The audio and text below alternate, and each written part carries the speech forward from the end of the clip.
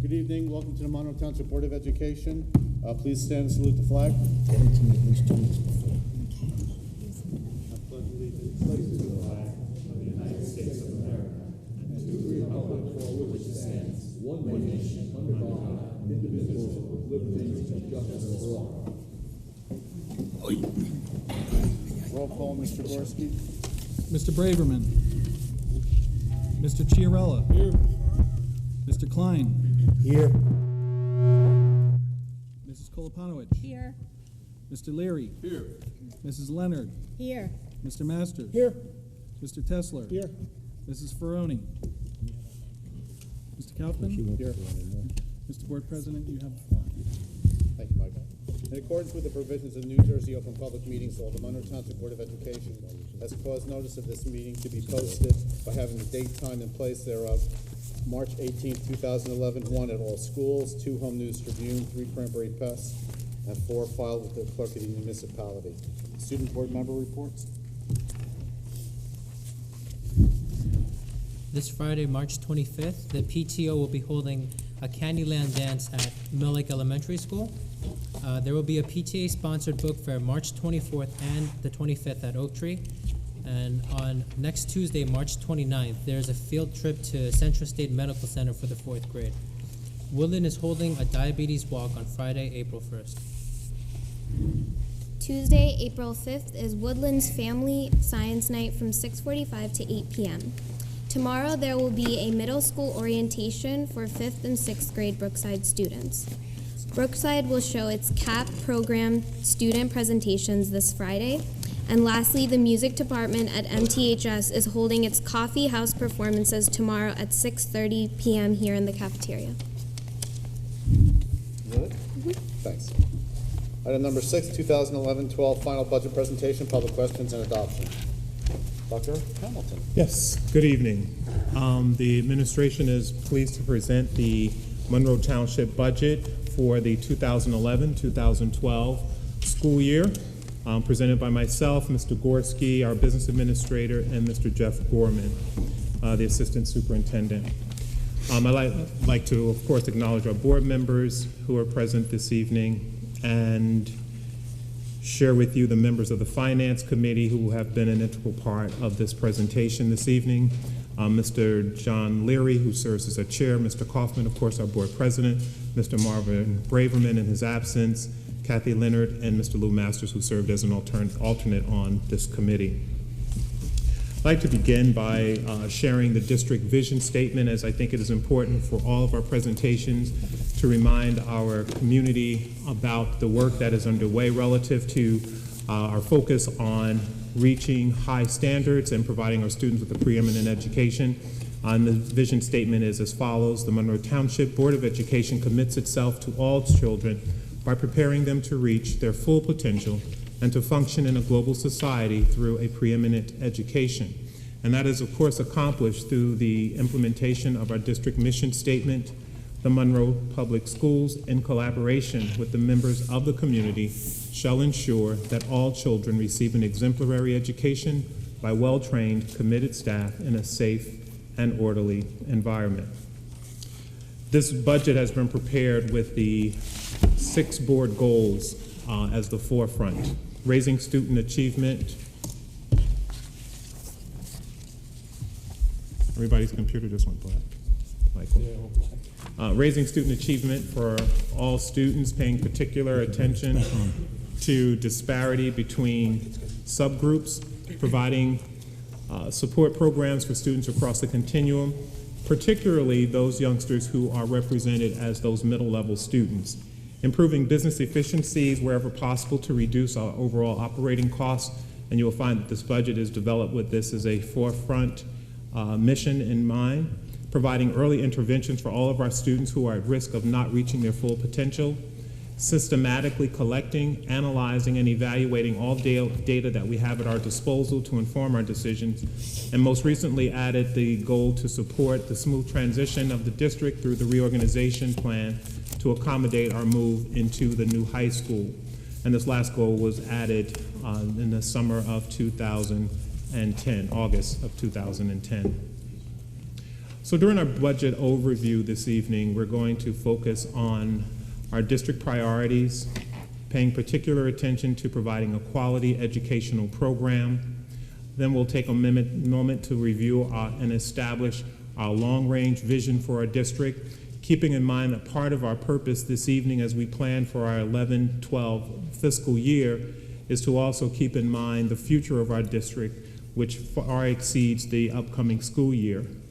And part of what the Finance Committee in consultation with the board wanted to do in this budget preparation is to honor its commitments to the Applegarth community, the opening of the Monroe Township Middle School, and the transition into the Monroe Township High School, and doing so in such a way where we are both fiscally responsible and providing sound educational programs for our students. This budget also includes an increased emphasis on in-house professional development as an effort to reduce some of our costs associated with out-of-district professional development. Just to go over briefly what some of the protocols are relative to developing the budget and what those timelines are like. So these following items are listed in chronological order. First, there is a conversation at the board level through the Finance Committee that looks specifically at what the ultimate goals are from the Finance Committee. Then we take the opportunity in consultation with our Finance Committee and with the members of our administration to review our programs and initiatives that are underway and to assess whether or not those initiatives are in fact yielding the results that we want them to yield. And we'll talk a little bit more about that when we get to the OEE process, orchestrating effective effort. Then, of course, as we anticipate our current look at our current enrollment, we have to also anticipate what our historical enrollment patterns are like so that we can appropriately plan for the future. And that has a direct impact on how we review our staffing needs. We look at class size, we look at ways that we could perhaps consolidate some classes where appropriate, and what our needs are relative to the special ed population in our district. As we look at the transition, this reviewing staff needs is particularly challenging because we are in the process of planning a new middle school schedule and also, of course, making sure that we are prepared for the transition into the new high school. The OEE process is a process we started about 2 years ago now, and that process looks very specifically at aligning district initiatives with school goals. And how this process works is when our principals are engaged and supervisors are engaged in the budget defense rounds, we make a correlation between those items that are presented in the preliminary budget and the adopted board goals. And in some instances, when there are recommended expenditures that are not consistent with board goals and the mission and vision statement of the district, then that item is then removed from the budget. So once we go through those first few steps, we of course anticipate the governor's budget address where state aid is released the following day.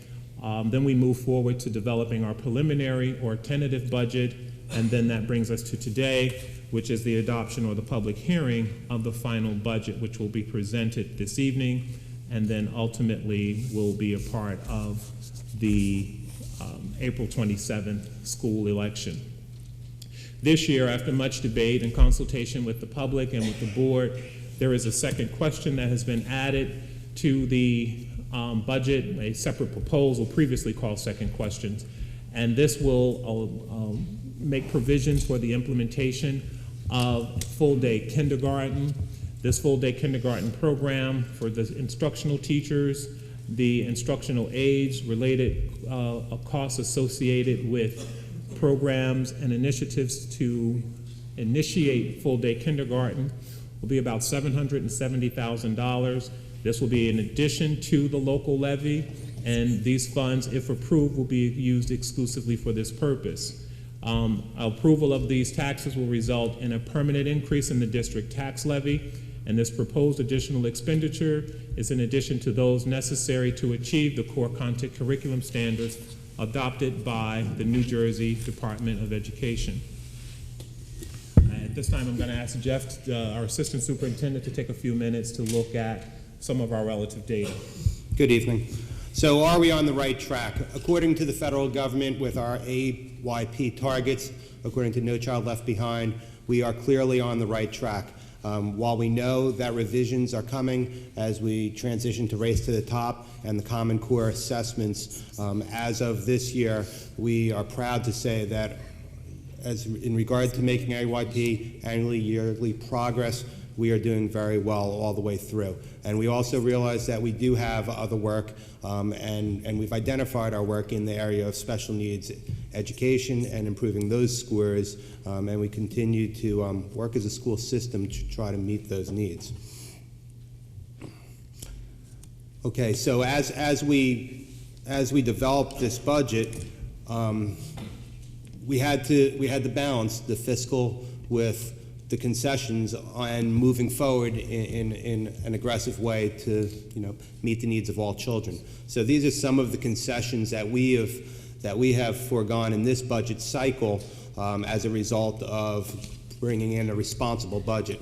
For the second year, we will not be able to implement our science program, and this is tied directly into the revision cycle of falling behind in a 5-year cycle where we revise textbooks and resources that'll meet the new Common Core standards, which were adopted by New Jersey this past summer. We were fortunate enough to have provided extensive high-scope preschool curriculum training to our staff members this year due to a federal ARA grant. However, as we transition to kindergarten, those additional funds for that high-level type of professional development will not be able to take place. So we're going to do our best to turnkey, as Dr. Hamilton mentioned before, and use our in-house resources to make that transition smooth for our youngsters. We are limited on our implementation on moving towards a reading recovery program in regard to a response to intervention and identifying kids at a low level that are struggling with reading. We had wanted to put in specialists specifically geared towards getting children to read through the reading recovery program. Our balanced literacy program is just going to slow down a bit as we will not be able to move forward with new programs in the area of Reader's Workshop for next year.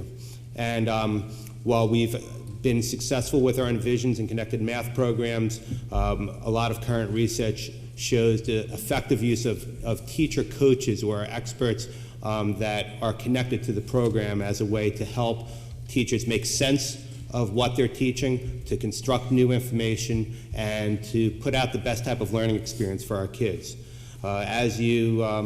Last year, we tried to implement a strings program for 3rd and 4th grade as we had the foresight to look at our new high school facility and be competitive with neighboring districts in this area of music. Unfortunately, that's going to be put on hold.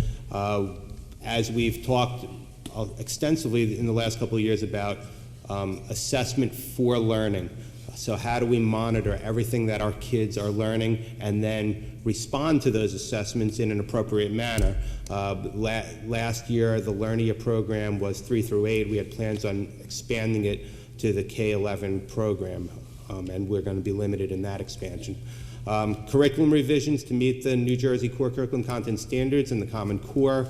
The Common Core, as I mentioned before, was released and adopted by New Jersey in August, and subsequently there'll be extensive curriculum rewrites. We wanted to stay ahead of the curve, but now we're going to just move at a pace where we'll try to keep pace with what's going on with the implementation process, which will eventually lead to a brand new testing and assessment system in the year 2014-2015. There's a lot of current research being done by boards of education throughout the nation, unifying towards 2 different consortium, and we have to be, our curriculum has to reflect that in order for our kids to be successful on these new national standards and assessments. As we talk about a school system, it's important that we are vertically aligned up and that there aren't gaps in the curriculum. We will do everything we can to maintain those gaps and find those gaps, but we had looked at technology as a way to help us throughout that process. a limit on increased high school course selections, so we're basically keeping what we have in place for next year, and our limit on expansion of middle school elective and athletic programs. Again, with the addition of a 6th grade into the middle school program, it would have been nice to responsibly expose those kids to competitive sports, which then becomes a nice feeder program for the high school. That's my other piece that you don't have to go back, I got it. And then, of course, our limited expansion on growing the AVID program at the pace that we anticipated, which has started to yield some very high returns. In addition, with the onset of technology, and it has exploded in the media with tablet technology and new technologies such as the iPad and all of the different mobile devices, education has to change. It will not look like it did when we went to school, and respectfully it shouldn't, because it's a new age coming up. It's no longer about acquiring the content, it's more about creating new content and sharing content and working collaboratively in and out of the school day. And that is what the future of technology looks like. As technology dramatically changes our society, and educators need to demonstrate those same skills to bring our kids along. We need to transform the learning environments with technology, and that, of course, is directly linked to professional development and funding for those new technologies that are coming out. That's a duplicate slide, and you're back on. Okay, as we anticipate our enrollment for next year, we are looking at the following scenario. Our reorganization will include, of course, moving our 6th graders out of our elementary schools. We currently have a student enrollment, this is our October 15th count of 5,700 children. We are anticipating, based on historical enrollment patterns, that we will have about 5,900 students next year, and they will be housed in the areas that are listed on the overhead. Applegarth will be closed next year, as we discussed earlier, and those students will be a part of the MTMS, and that will also include our 6th grade population. So the difference between this 862 children and the 1,361 students that will be at the middle school represents those 6th graders that will be joining the middle school program.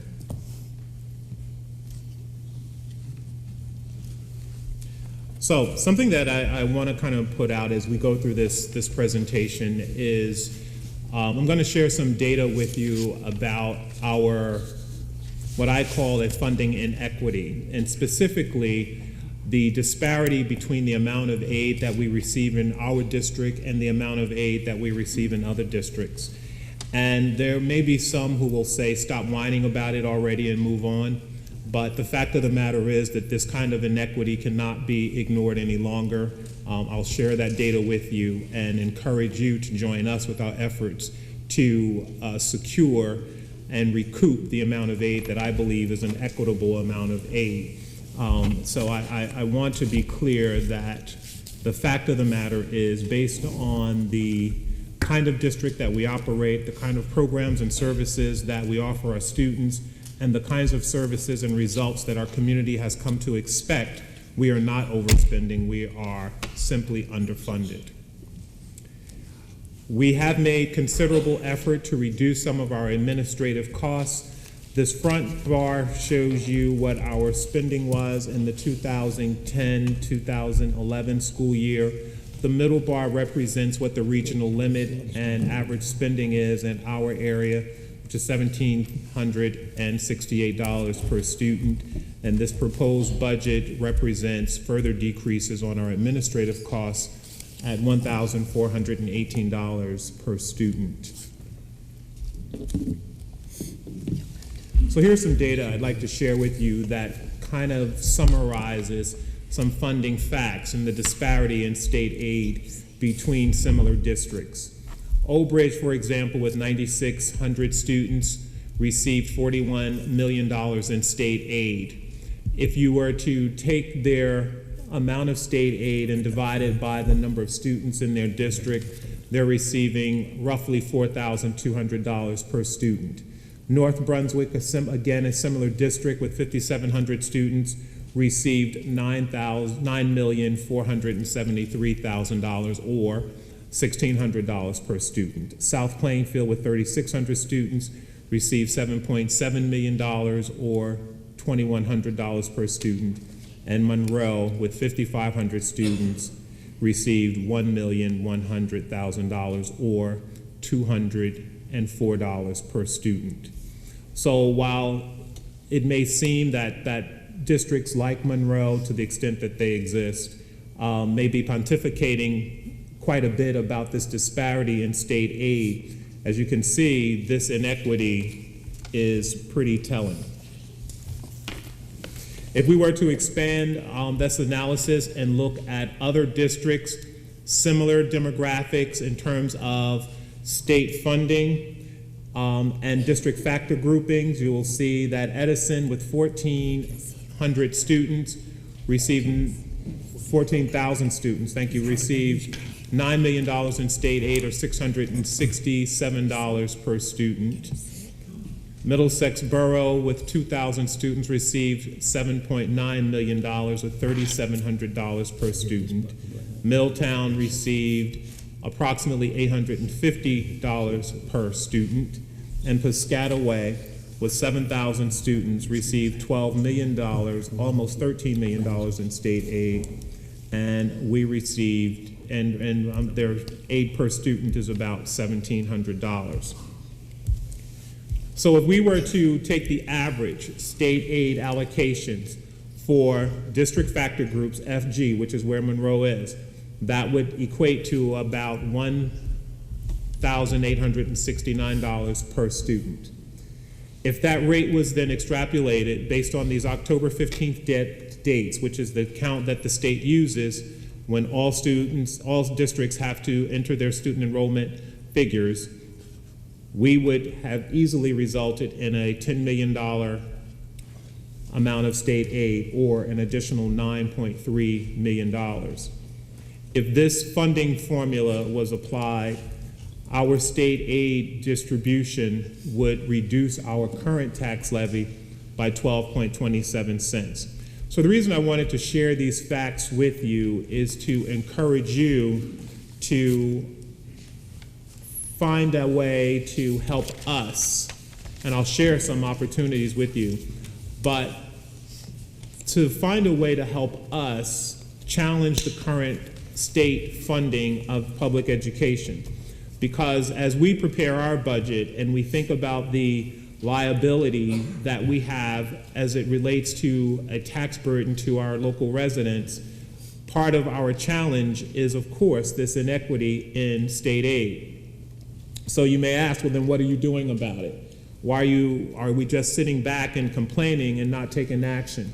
Well, we have been having several conversations with the interim executive county superintendent. We have also engaged through letter writing and meetings with the commissioner or representatives of the Commissioner of Education. We've been in contact with the governor's office. We've had conversations and meetings with senators and local assembly people. And we've also had conversations with our mayor and members of the town council. And we've shared this data with them, and they are equally appalled at the inequity in our state aid numbers and have committed to join us in our quest to reverse that trend. And we are committed to advocating for our students, and that's what this is really about.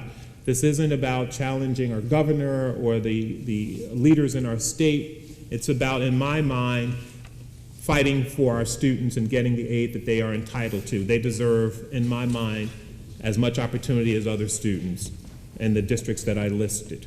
So what can you do? You can assist us by contacting these folks either by letter or phone call or email. They have been responsive, I have to say. Mr. Chris Cerf, who is the acting commissioner of education, the governor's office, of course, the office of the governor, Chris Christie. Contact information is there, and this live presentation will be posted on our website tomorrow as well. Senator Linda Greenstein, who has been a very good advocate for our district and has been very receptive to my calls and letters and emails. Assemblymen Wayne D'Angelo and Dan Benson have also been made aware of our plight and are also joining us in our quest to try to reverse this current funding formula. There are some key budgetary considerations that go into the development of this 2011-2012 budget. And that includes working with our teachers, our administrators, and of course our board to create programs that are good for children, that provide opportunities for our teachers so that we are not just attracting and providing professional development for our teachers, but that we are also committed to retaining the teachers that we bring into our district. And that we are also responsible to our community by developing the kinds of standards that our community members have grown to expect and to require of our public schools. And that we are providing an educational program that is a quality program, one that raises academic standards for our students, increases their opportunities for college acceptance and college scholarships. We are seeing an increase in the number of students in our district who are applying to the more competitive colleges. We have an increase in the number of students who are eligible for scholarships that historically they have been excluded from. We recognize that it is difficult to maintain this level of quality in a time when economics are very challenging, and we are also very cognizant of our district history as it relates to the fact that the community has grown rapidly, and we anticipate as we look at some of our enrollment projections that these numbers will continue to spike, particularly in the Applegarth Oak Tree School community. So our school budget is comprised of several programs and services that are not required by the state. And when we talk about what our community expects, we have to also consider that these are some of the things that when we are above adequacy, these things cause us to be above adequacy. These are programs and services that are outside the state's definition of adequacy.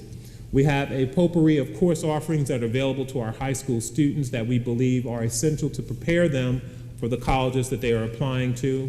We have moderate class sizes, and you know, you're never a prophet in your own land, but when you are accustomed to having class sizes that allow teachers to successfully implement some of our district initiatives, like a reader's workshop, a writer's workshop, where you are expected to conference with students and provide one-on-one instruction for students and close achievement gaps, class size becomes important. We do provide a lot of special education services, and many of these services are above and beyond what is required by the federal government. But we believe that this investment in our special ed population is a wise and worthy investment. Our gifted and talented programs are not required, nor are our advanced placement programs. Professional development, to the extent that we provide for our teachers, most of our teachers earn their required hours halfway through the year, if not sooner, because of the large number of courses that we offer. Our adult education program is subsidized to some extent by on a tuition basis, but it is not completely self-sustaining. We have sports clubs and co-curricular programs that are offered at our elementary and, our middle and high school levels. Of course, there are costs associated with fields, the maintenance of our fields and lighting.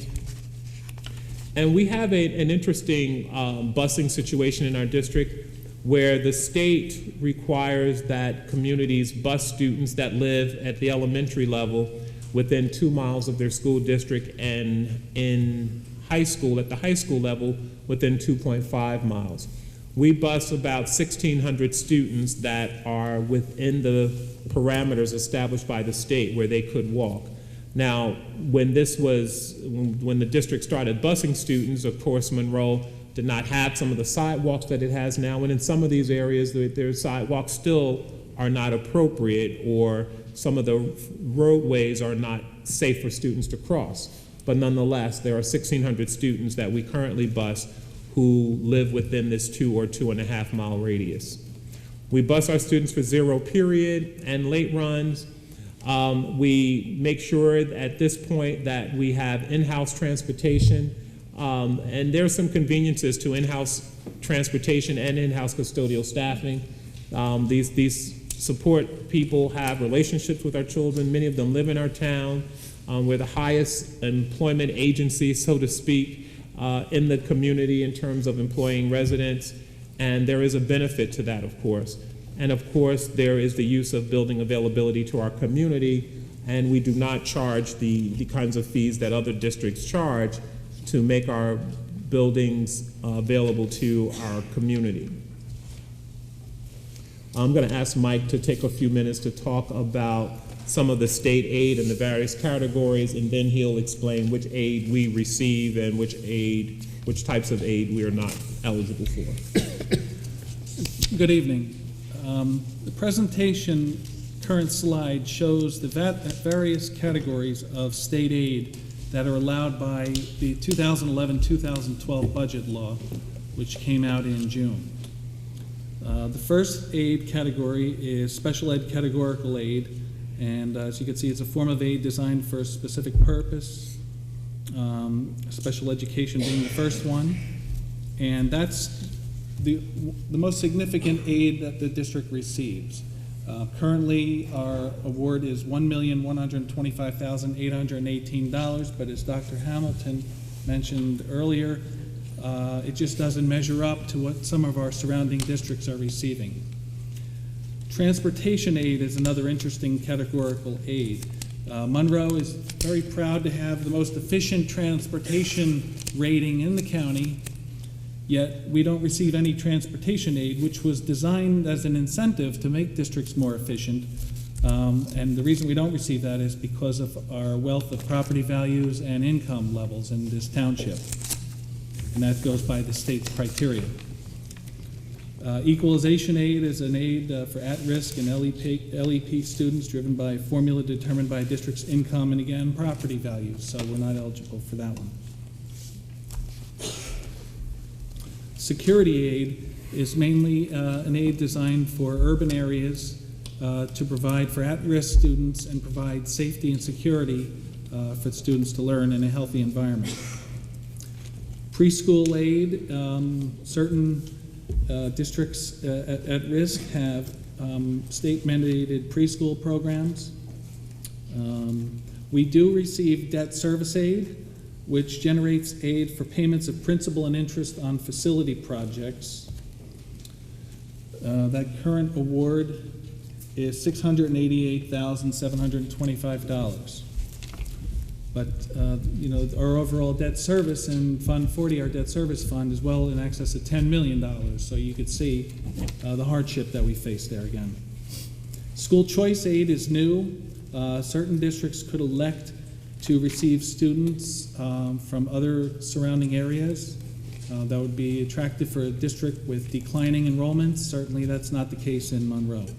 Extraordinary aid. Extraordinary aid. The district is, for the first time, budgeting for extraordinary aid pursuant to a recommendation from the county office because it's subject to state appropriation every year and it's not a given. But we have a history of receiving it. It's for special ed costs, about $40,000 for students outside the district. Here's a history of state aid. And it shows, starting with 2009-2010, where our state aid award was a little healthier. As you can see, we received categorical special ed aid, debt service aid, security aid, and transportation aid that year. However, after setting the budget for that year and matching appropriations to revenues, which have to be set in order to have an approved budget, the state informed us mid-year that we were not going to receive the rest of the year's payments and pulled $1,580,000 out from under us in the middle of the year. It took a purchase order freeze and some very extreme efforts to get through. 2010-2011, under Governor Christie's administration, the district suffered a horrific $4.4 million loss of state aid. In addition to that, the district was assessed a soft cost of $66,936 for financing costs associated with the Section 15 grant with the new high school. Nowhere in our grant agreement was that defined, and that was a new charge that was just deducted. What's noteworthy about that is out of that $4.4 million of aid, you could say, well, you know, you didn't get the aid, you're not spending as much as you could have. But in order, that aid is essential to run programs and services here in the district, and as such, that loss of aid was absorbed into the local tax levy. So what the governor doesn't give us to support a thorough and efficient education, we have to raise to the community. 2011-2012, we received a slight increase, but again, as Dr. Hamilton alluded to before, if you take the average state aid for a district factor group of FG, which is Monroe's and the county, and extrapolate that on the number of students that we have enrolled, we would be eligible for an additional $9 million of state aid. So instead of a 20-cent tax increase, you'd be looking at somewhere in the vicinity of 8. That's significant.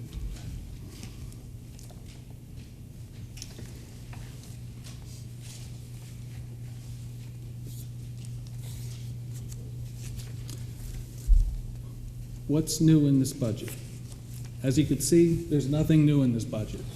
There are no new programs or services in this budget as compared to last year. We prepared this on a very conservative basis, as the new budget law does not allow an adjustment to cap for opening a new school, which had always previously been in the law. The district has $3.3 million of costs associated with opening the new school, renovating the middle school, and renovating Applegard School. That had to fit in the cap, and we had to make some extreme sacrifices in order to accommodate that, and that's why there's nothing new above last year. And as I mentioned, the only exception to nothing new is the staffing costs to open the new high school safely and securely, staffing costs for the new middle school to conform with the new schedule, and the renovations that the board has directed with asbestos remediation, tile replacement, and lighting at Applegard. Last year, we heard from the community that they appreciate some of the programs that we offer that are above adequacy. However, perhaps we should ask the parents to contribute and participate in the financing of such. So in response to that, this year we are initiating a pay-to-participate program, whereas based upon the activity numbers provided by our athletic department, we determined that if we charge $100 per student per sport and $25 per student participating in the club, we could raise an anticipated $181,875. Most importantly, any child would not be disqualified from this if they couldn't pay. If they're on free and reduced lunch program, they would qualify for free entrance into those programs. The district has a reserve for that.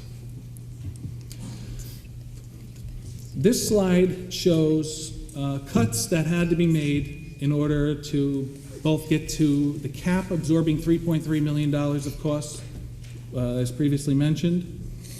And this year in the budget cycle, Dr. Hamilton set the tone from the onset and told the schools that everything had to be flat to last year. They certainly cooperated, but in addition to that, we had to ask them to go back and change their budgets, removing 10% out of supplies.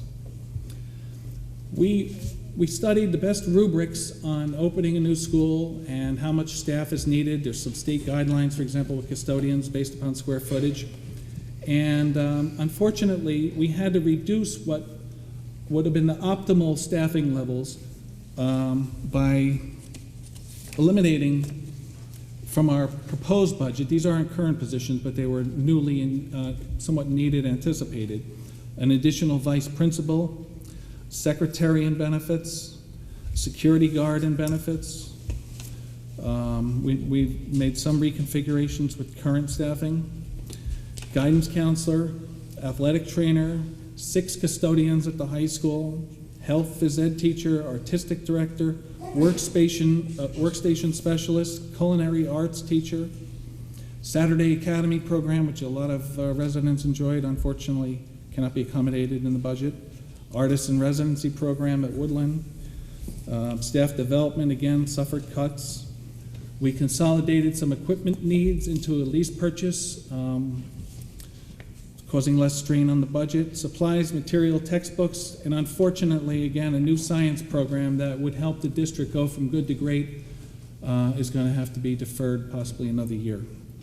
And I've very aggressively negotiated health benefits with our carrier and recognized cost savings there from the estimate initially of $274,771.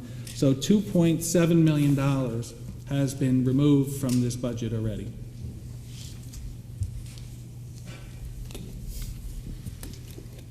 Approximately 80 to 85% of our budget is fixed.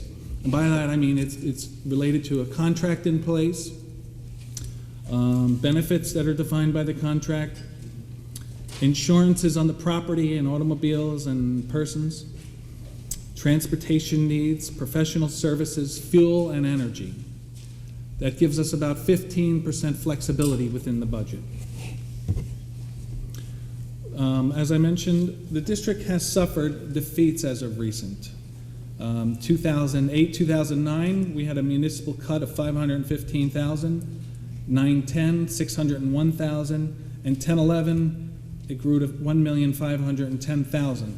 The problem with that is it just doesn't confine that 1 year's appropriations, but the state budget formula allows for budget growth based on the preceding year's budget. And as that budget is reduced and shortened, your future budgets also are constricted.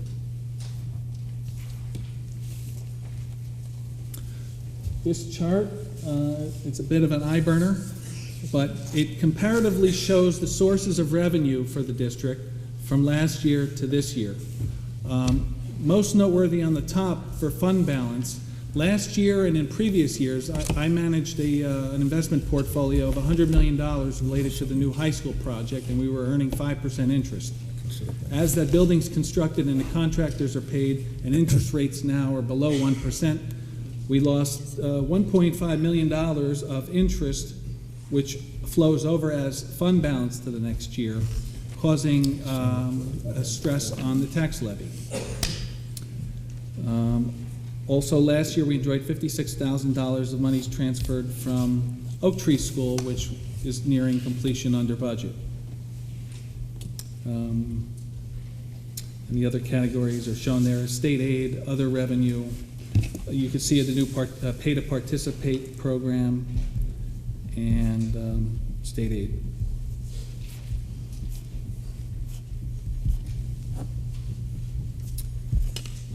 This pie chart's a little easier to digest. It shows our budget appropriations, which have to match revenues again. Over 51% of the budget is directly related to instruction. An additional 19% is the benefits related to salaries for those who provide the instruction. Co-curricular athletics, debt service is 10% of the budget, and debt service contributes quite a bit to our per pupil costs, unfortunately. It's a young district with a lot of young amortization schedules. There's a lot of heavy interest in the beginning of any amortization schedule, and such. Our debt service is rather large. Administration is very low. As Dr. Hamilton pointed out previously, we've made efforts to reduce that even from last year. There are no capital projects budgeted with the exception of the mandated state money for the soft costs for the grant and the Applegarth renovations and some special ed equipment. We are aggressively seeking all the grant opportunities we can, and the other category pertains to facility maintenance and custodial services, transportation 5%. So that's where the money goes. This chart shows our debt service. We have very intelligently scheduled our amortization schedules within this district to be linear, so not to cause any spike in taxes any 1 year. The only difference that we are suffering from last year, again, as I mentioned, is the interest that we're not enjoying from the bond referendum any longer.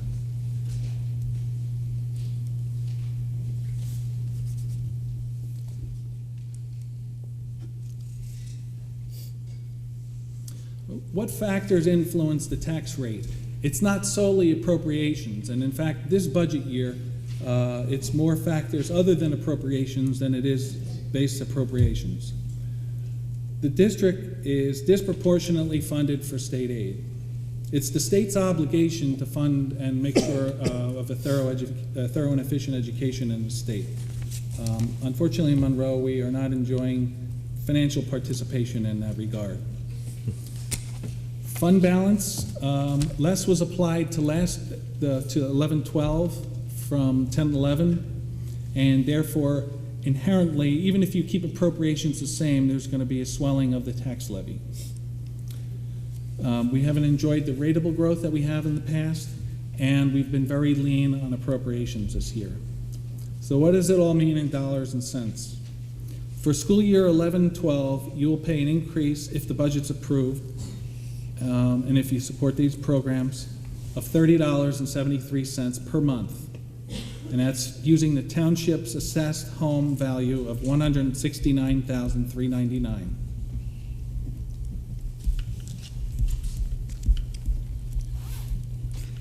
So, as we summarize what we've presented this evening, we have a plea for you this evening. And that plea is helping us maintain the momentum. Jeff showed some slides earlier that showed our progress in our district and some of the academic gains that our students have enjoyed. And what this slide illustrates is just some data relative to there's some information missing here too. This shows the percentage of votes from the various areas of our community, the various polling places that either supported or did not support our budget. The first bar chart represents, bar graph represents the Applegarth, then Rossmore, Clearbrook, Woodland, Brookside.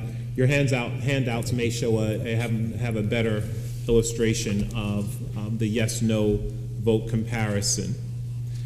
This next chart shows the percentage of registered voters who voted in the last school election, again from those same communities.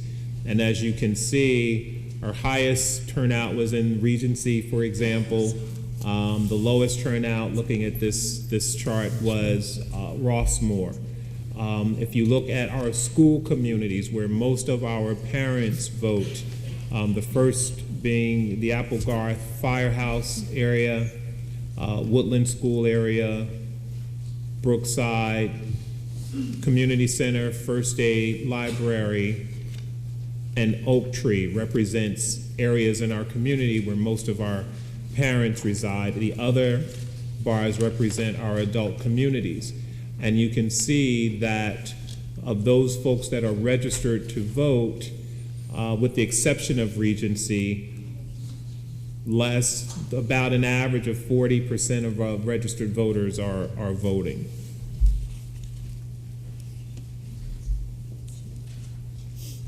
And if we could increase those numbers, we would be able to maintain some of the programs and initiatives that are underway. So our budget calendar is as follows. Our public hearing is this evening, where we'll entertain any questions that you may have on this budget.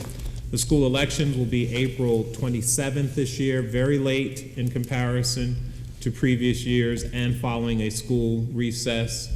We will have a budget presentation so that folks will have as much opportunity as possible to ask questions.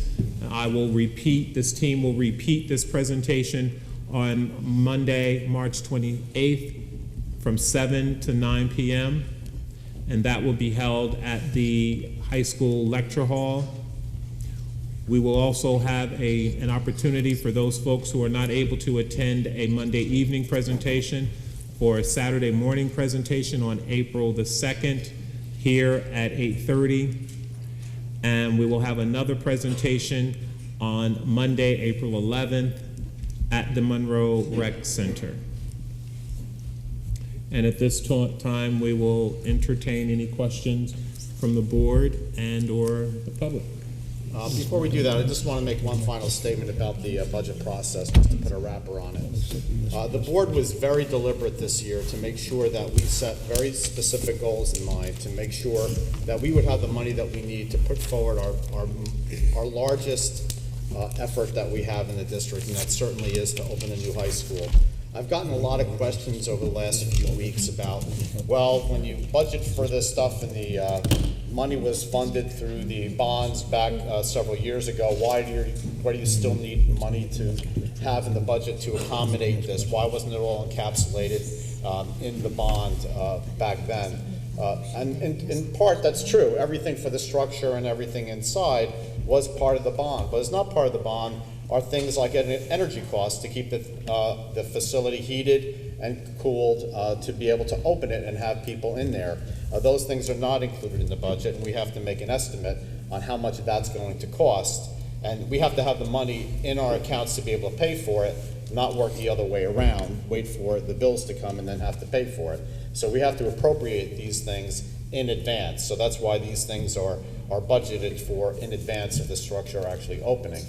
A couple of other questions were, why has the board taken the full-day kindergarten program and made it a second question?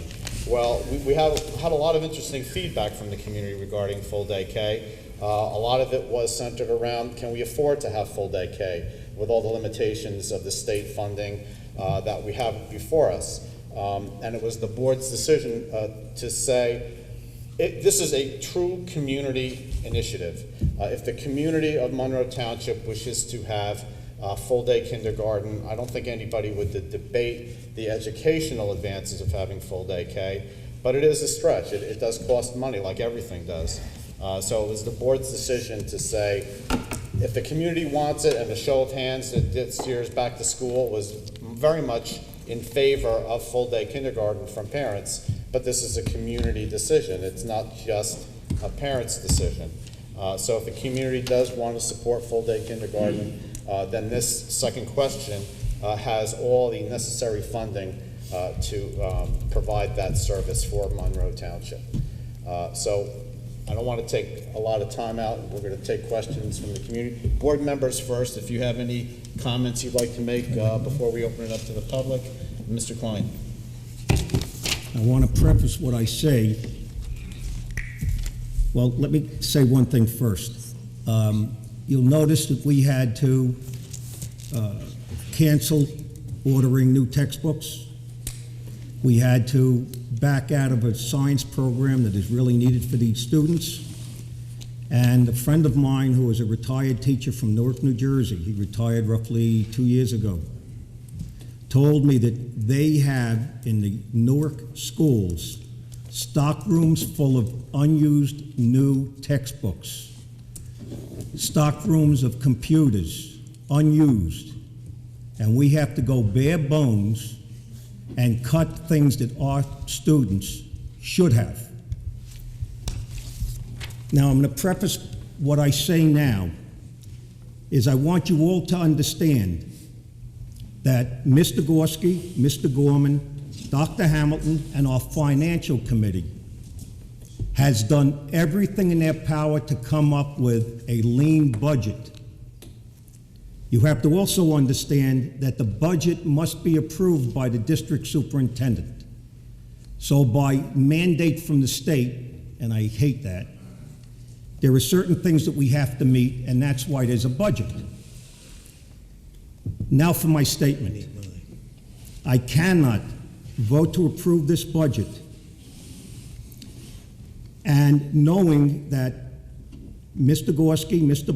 Gorman, Dr. Hamilton, and our financial committee have not, or they have done their best under the circumstances to develop a lean budget while trying to open up a new high school and convert a new middle school with absolutely no help from the state. We can no longer keep going to our residents with large increases in property taxes each year because of the lack of state aid. In fact, the state aid we receive is almost non-existent. We receive just $204 per student for roughly 5,500 to 5,700 students, while 4 other schools similar to ours in Middlesex County, which you saw illustrated, receive from $1,800 per student to Old Bridge, who receives $4,300 per student in state aid with 9,200 students. Then take New Brunswick, an Abbott district, who receives $26,000 a year per student. That's an example of the money that's going into your Title I districts. Does that seem fair and equitable, stated by the state Supreme Court in their Abbott decision? I think not. Today I see other districts whose employees have been paying $1,500 to over $3,000 per employee for their medical insurance, which at that point costs districts upwards of $20,000 a year per employee per family. Last year and again this year, when districts are forced to lay off employees, their union leadership accepted freezes and salary reductions because of budget constraints and lack of state aid in order to save jobs, as was done last year in Edison. Some districts now offer two medical plans. First is a plain Jane plan at a cost of 1.5% of the employee's salary, which probably averages out to about $500 to $600. Then the present plan at a cost of $150 to $200 a paycheck. That equates to anywhere from $3,000 to $4,000 a year. And that policy today is worth over $23,000 after the 17% increase that we had in premiums this year. And I do see that Ms. Gorski was able to get some sort of reduction for us. About a month ago, the governor stated that he wants all state employees to pay 30% of their salaries towards their medical insurance. We have been sending I'm going to leave this out. We have been sending a message to the governor that we can be a highly successful district while only receiving less than 1% of our total budget in state aid by relying on our residents by forcing large property tax increases to balance our budgets each year. Our residents, both young and old, can no longer afford to pay ultra-high property taxes to support our district because of the lack of support from the state. They use the excuse that we're a wealthy community. We have 50% or 55% of retired people here. Many have money.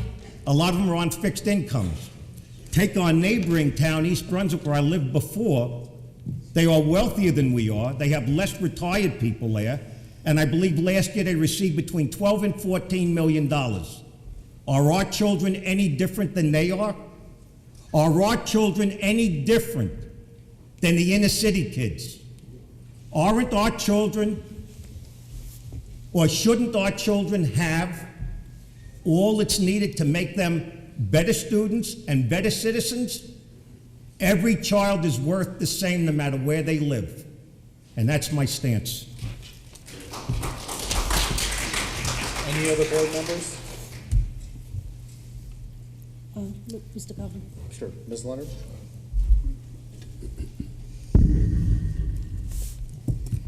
While I agree with most of what Mark said, the bottom line is not supporting this budget is going to hurt our children.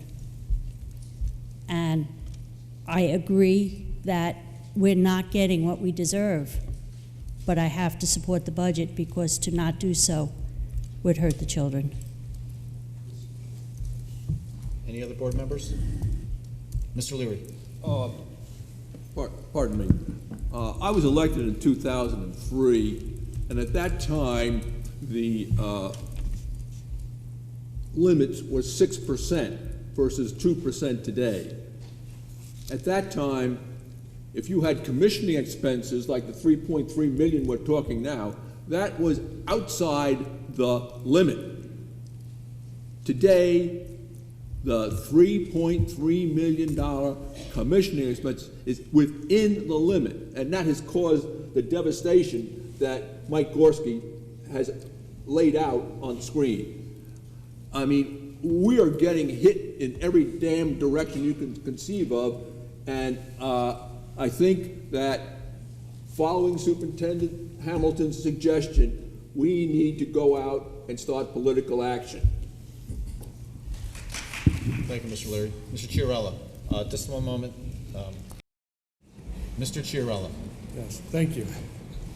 I think what Mr. Klein is saying is valid, and I think that the fight has to happen, and I think it is happening. But I also think that even in recognizing that we have funding inequities, that we still have to operate and to not support our budget at this time when we don't control how we're funded from the state or from the federal government. Won't do anything but jeopardize our quality of education and the education that we're providing to the kids. And I just think that we do have to fight, and I think we do have to contact our elected officials, but we also have to support what we currently have so that we remain strong and viable, and so that our children keep getting the exemplary education that we've been providing up to now. Mr. Tessler. Thank you. Again, I'll reiterate a little what was said. Our primary responsibility here in Monroe is to educate the children of Monroe. And I know we've been to many board meetings and discussed and compared ourselves to other districts. And we should fight the fight. But at the end of the day, we have to work with what we have. And I do support the budget because I would like to see some of the programs that cut actually brought back in. But we have to live with what we have, and I think what's presented to the board and the public is the best that we can do. Keeping our programs, opening the new high school, moving the middle school here, and doing the work we need to do at Applegarth, and we probably even need to do more at Applegarth in the coming years. But I think it's an amazing feat that we fit all we did with the money we're given. Thank you, Mr. Tesler. Ms. Kalpanovich. Thank you, Mr. Kaufman. I also agree with Mr. Klein that we need to all be doing whatever we need to do to make sure that we're getting our fair share. And obviously, as you've seen tonight, we're certainly not getting our fair share of money from the state. And I know that many of the board members have had conversations and have written letters to the elected officials. We still need to do that, both as individual board members and as a Board of Education. We also need help with the community to continue that fight. It can't be just the 10 of us here. It needs to be the whole community saying that this is not fair what's happening in Monroe. Unfortunately, our kids are not the ones that are fighting that fight. They're the ones that are being educated, and we as a board have the obligation to educate 6,000 children, and I will support the budget because that's what we need to do. We have to educate our children. They're our future. Hopefully, someday they'll be fighting the fight and helping children down the road, too. Mr. Klein. Just one other statement. It's not that I want to hurt the kids. Trust me when I tell you. A message has to be sent. Now, those of you that have attended other meetings of the board have heard me say that for the last 2 years, I have sent letters to Governor Christie, Chief Justice Rabner, to get him to rethink the so-called formula, the New Jersey Department of Education. I've written to newspapers. I've had some articles printed in letters to the editor. I even contacted Arnold Diaz on WABC.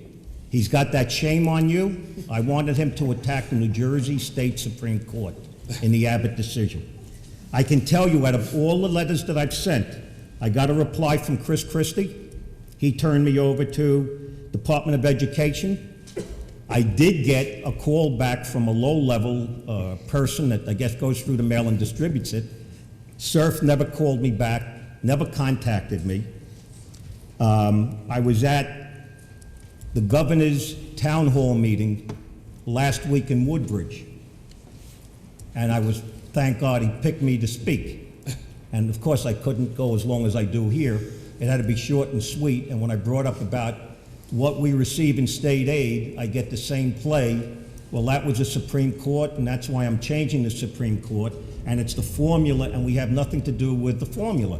Well, let me tell you something. I don't care what the formula is. It's not going to give us $204 a student, so something is wrong somewhere.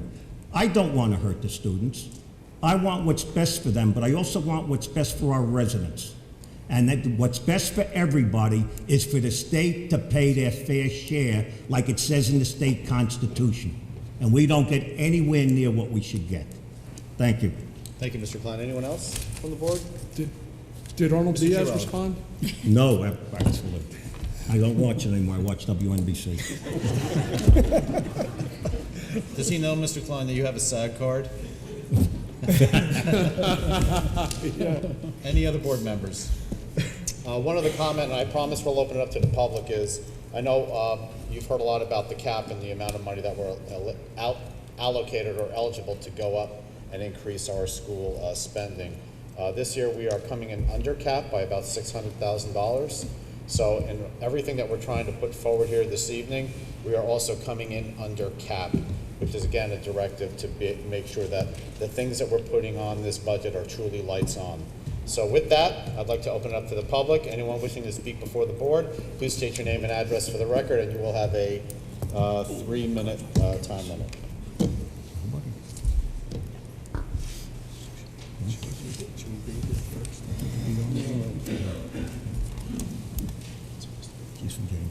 Good evening. Kathy Slomian, 71 Mayberry Avenue, Monroe Township. I was wondering, yesterday I understand there was a decision in the Supreme Court whereby it was ruled that Governor Christie's modification of the funding formula is unconstitutional in that it is preventing people from providing a thorough and efficient education. Could you correct me if I'm wrong, first of all? Second of all, will that decision increase funding at all from the state, or will there be appeals and various things like that? Mr. Leary is. Mr. Leary. I'd be glad to. Judge Dolan of Bergen County was appointed special master, and he was to gather facts. This is not a Supreme Court decision. It has to be floated up to the Supreme Court, and we are ready for a constitutional Donnybrook. And it's really going to revolve around the question, does dollars equal educational superiority? And the Christie position is it does not. There are other factors. And he worked on the assumption that you go and you look at the Mark's favorite Title I districts, and you look at the lowest performing students and see if they make an improvement or not. And he came up with the decision that thorough and efficient was not being carried through. There are a lot of other factors besides dollars. And so Chief Justice Brabner is going to have an interesting time, and watch the television.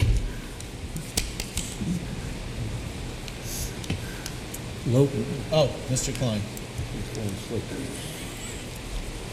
Just to add on what Mr. Leary said, I read the same article today. And if you read the whole article, the judge is more interested in the low-performing students.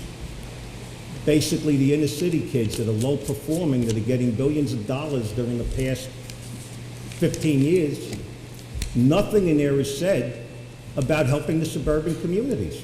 Mark, minor correction, 40 years. 40 years. So my point is that everything, any funds that come in from the federal government, you had last year, there was money, I forgot what the bill was called, but it was to rehire teachers. You know where that money went? If we got anything, we got $100,000?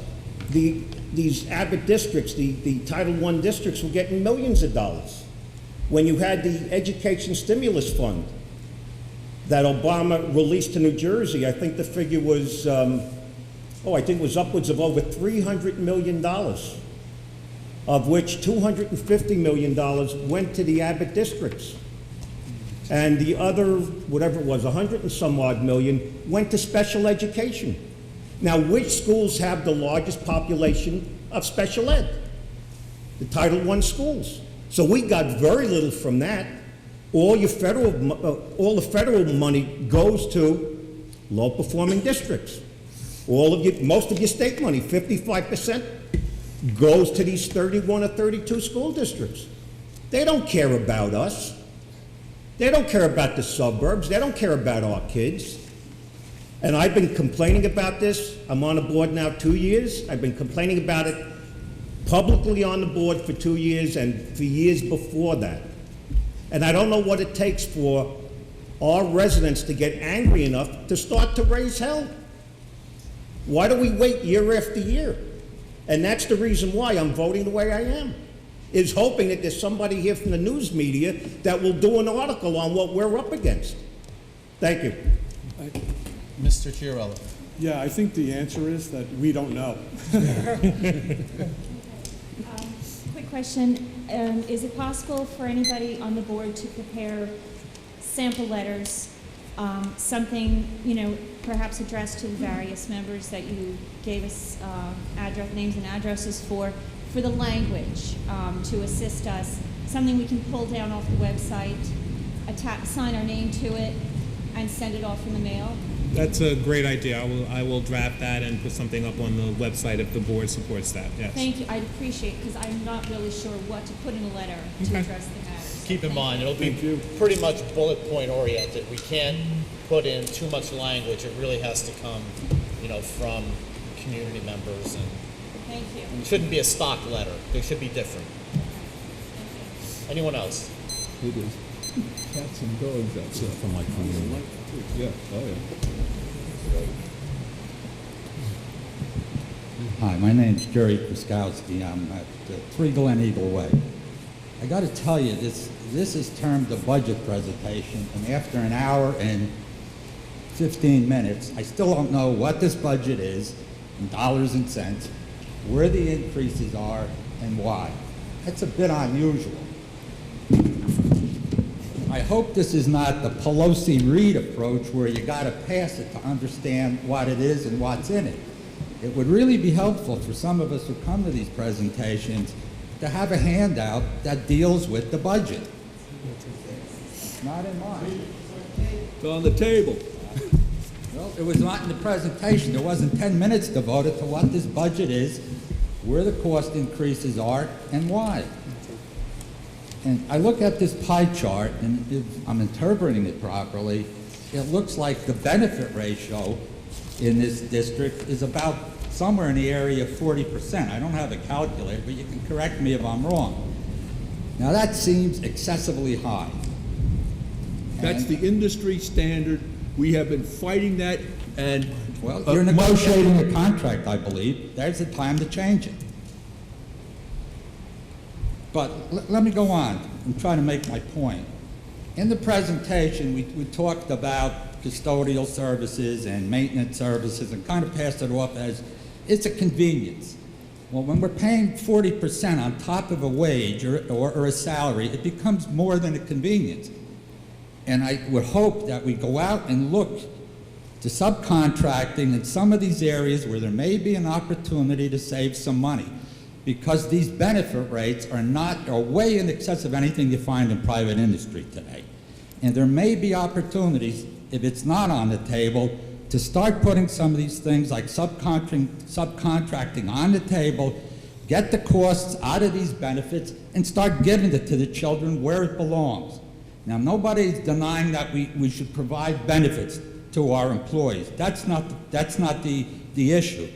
The issue is that how far can we go on providing this Cadillac level of benefits? I think we've reached the breaking point. And if it's penalizing anybody, it's not only the taxpayer, it's the children.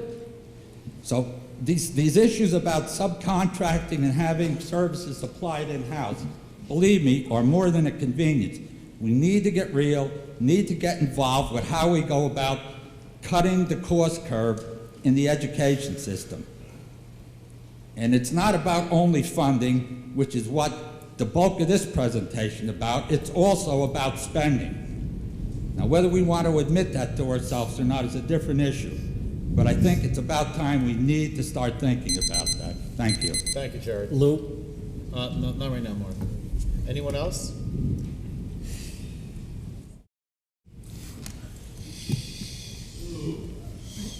Yeah, okay.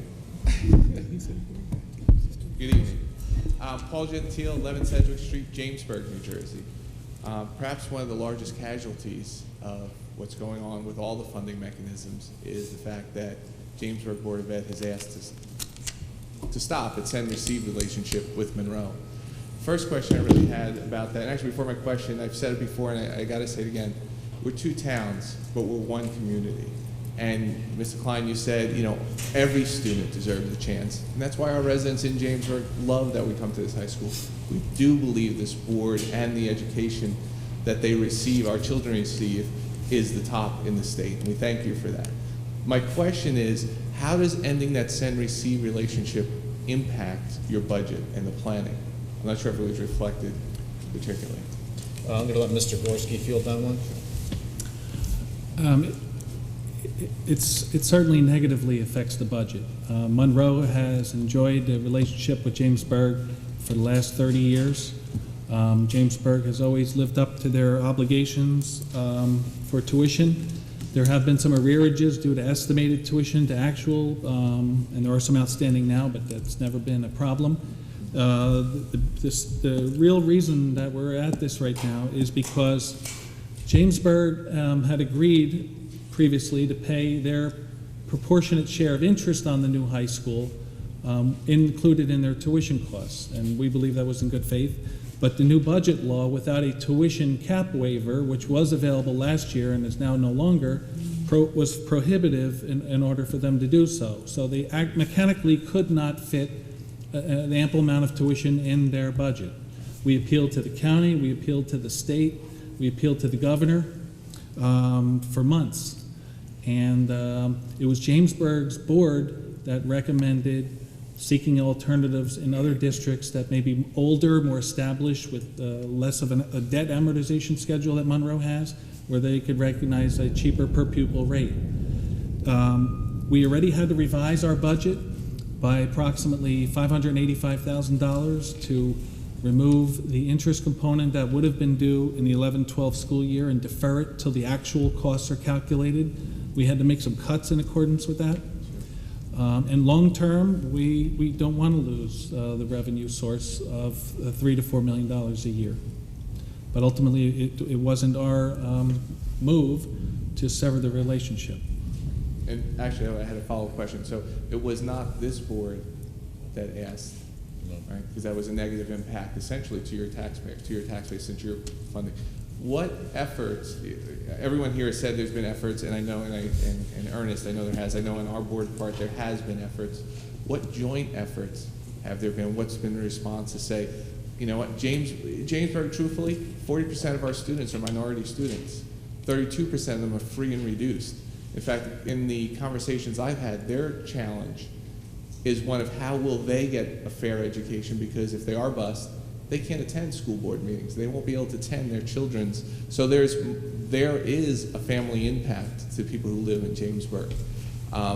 What has been the joint efforts between the Jamesburg Board of Ed and the Monroe Board of Ed to address that? To address the fact that we couldn't get the aid to keep us, essentially. Yeah. Dr. Hamilton? We have had several conversations with Superintendent BA kinds of conversations. We have not initiated board-to-board conversations, although that representation, again, by the BA and superintendent is reflective of a collaborative effort. And while the conversations are always collaborative and respectful, I think that Jamesburg, at least the representatives that we have had the opportunity to speak with, really are between a rock and a hard place. I don't think anybody wants really to sever this relationship. Certainly from our perspective, in addition to the fiscal part of it, the diversity is important to our community. It's important to our students. And even as we plan our budget and our programs, it's cognizant of the fact that we have a Jamesburg population and those needs have to be addressed in our educational program. So that's a priority for us. But the conversation board to board has not been very extensive, but we have had meetings where representatives have been present at the state level as well. So I think those concerns have been well articulated. Thank you. And just, Mr. Klein, I agreed with what you said. And just last statement, just to say, I'm not an advocate for taxes. None of us are. We're all homeowners in our communities. Any dollar we take out of our pocket, we know ends up going somewhere. And there's so much dollars going to other districts. We'd love to, whatever we can do. In fact, there is a group coming together, Jamesburg and Monroe Citizens United, to help. How do we get out there? How do we get in the community? How do we get in the state? How do we get our representatives to pay attention? Because I think a lot of them, truthfully, are dodging this issue because they don't want their hands on it. So, thank you.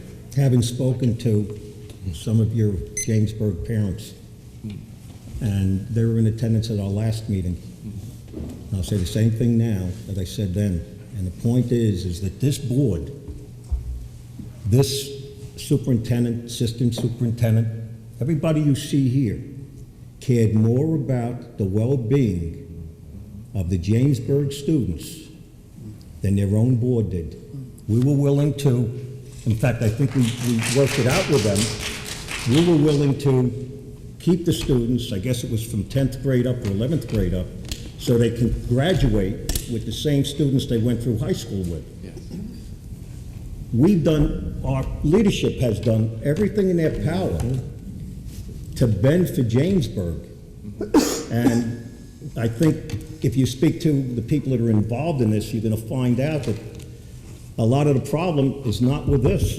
It's not with this board. It's not with this district. And I'm there to support you. And I know all of us feel the same way. But just, keep up the fight. That's all I can say. Thank you. Appreciate your candor. I just want to add one comment. I mean, this is not a fun job. No. We're not clearly in it for the money because you all know we get nothing, right? You didn't tell me that when I ran. I'm putting us all in for a raise. Double of nothing is still nothing. The Jamesburg Board of Education is truly in a difficult situation. And I don't, for 1 minute, I'd have to disagree with Mr. Klein. I don't believe that we are doing a better job at articulating the issues relative to Jamesburg than the Jamesburg Board. I think that it's a difficult situation to be in either case. And I just want to make sure that everybody understands that, our doors are going to be open to Jamesburg students. We have put a mechanism in place to allow Jamesburg to seek and move forward to see if they can find alternate schooling for their high school. But there is a safety valve there to come back to Monroe. And we're here. Literally, you have to go through Monroe to leave Jamesburg. So we're clearly not going anywhere.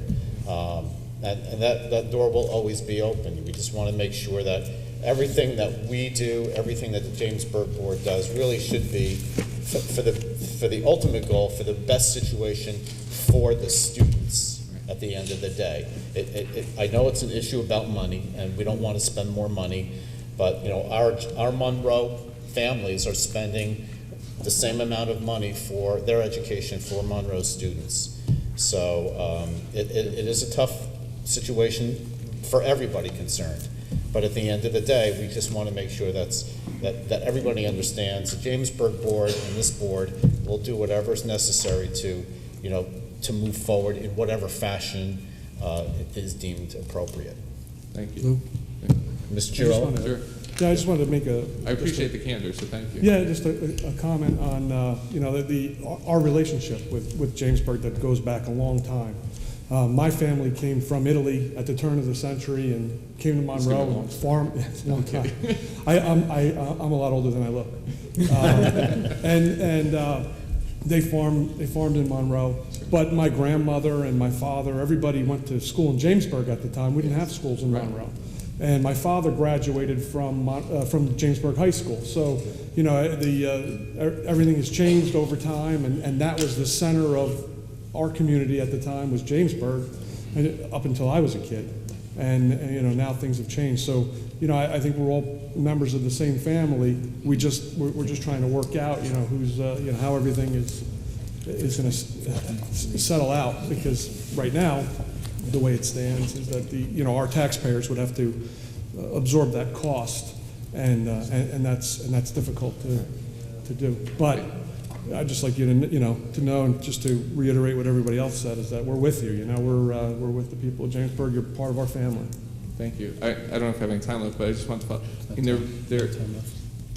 Paul? If we get the I'm support. sorry, but I got it. No, that's fine. I'm done. You can come back. Yeah, thank you.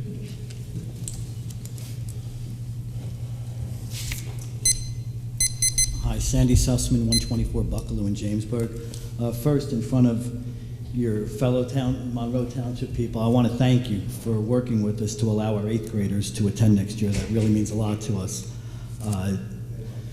Unfortunately for us, that's short term right now, so we want to work forward. I guess my first question is, what was accomplished in the superintendent to work on this? Well, we agreed that if the relationship needed to be severed, we wouldn't fight that.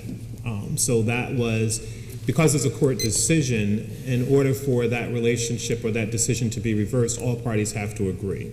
So if in fact Jamesburg was able to find another district and they could provide that education at a cheaper rate and that was in Jamesburg's best interest, then my recommendation to this board was, of course, not to fight that, so that could proceed and Jamesburg could find an alternative. That was one. If you did not agree, what would be the alternative then? Well, it would be up to the courts at that point. There would be a battle in the courts. The second part that I think was accomplished is bringing our concerns to the state level, because initially we were thinking that perhaps if they were able to provide a waiver to Jamesburg where they could raise the cost of the tuition, then we wanted to certainly support that effort at the state level. And it was determined that although that may have been something that may have been supported, it would have resulted in an extraordinary increase for Jamesburg taxpayers. And I certainly don't want to take the liberty to try to speak for the Jamesburg board or the superintendent there, but after that meeting, it was determined that severing the relationship was the most viable option. Okay, thank you. I understand, was that my 3 minutes? No. I understand in the 7 years that we were not attending the new high school, we were not paying a debt service. Is there a retroactive debt service inclusive in the 19,000 number? Mike? The answer to that is no.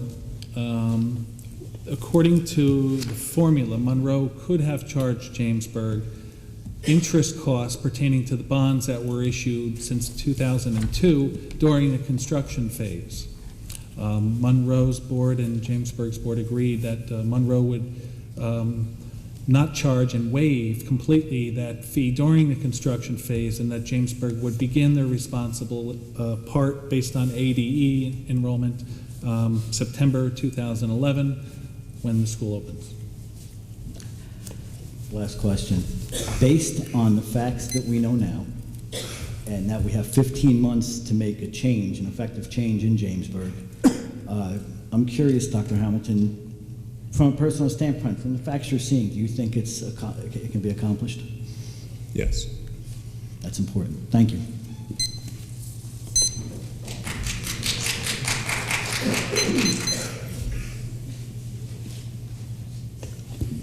Bob Roach, 18 Muirfield Boulevard, Monroe.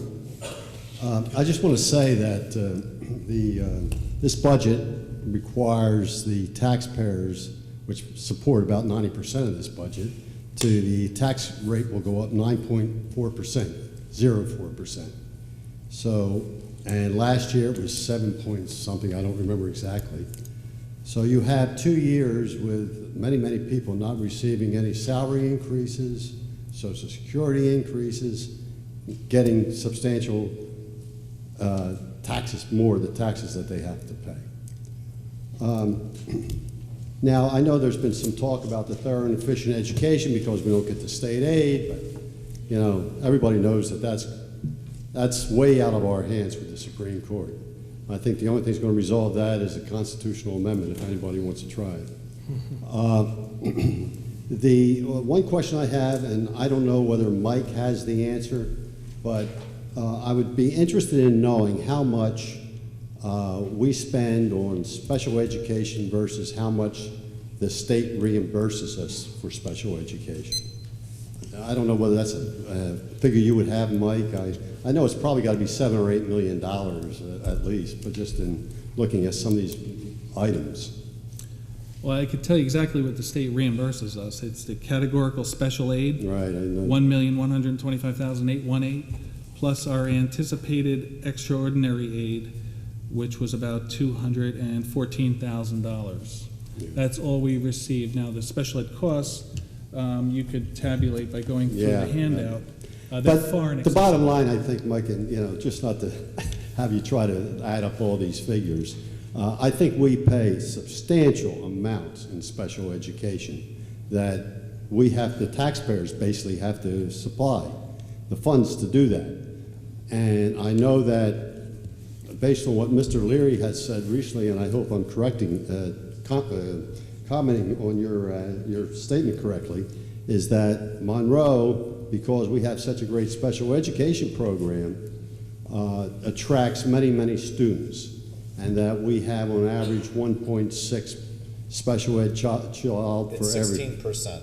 Okay. 1 out of 6. 1 out of 6 is what you said. And 1 out of 9 is the average.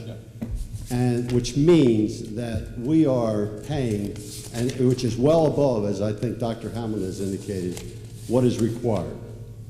I think there ought to be a rethinking of that process as to should we be the district that is trying to get people to move in to Monroe, and that people move into Monroe because we have such a fine special education program.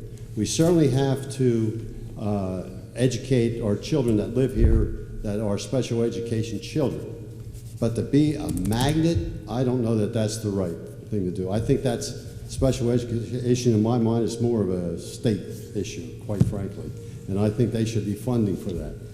But that's not the way it is. We're required to do it. And I don't know how much we could save in taxpayer dollars by being just more like other districts that just provide a thorough and efficient special education program.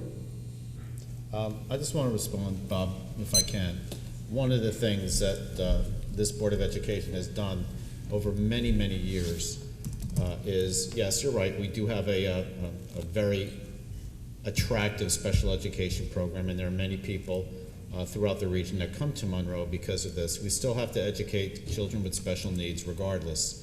What this board has done over many years has brought back in-house a lot of the special education programs that many districts pay out of district to perform.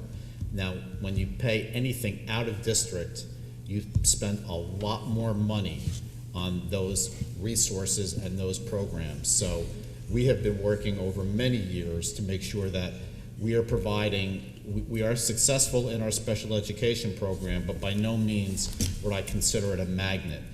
We meet the needs that our children have, and we do it in-house, which saves this district millions of dollars. Well, the magnet has been mentioned at Board of Education meetings by Mr. Leary, actually. Lou, may I make a comment? Mr. Cove. Mr. Leary? We have a very, very good special education directorate here.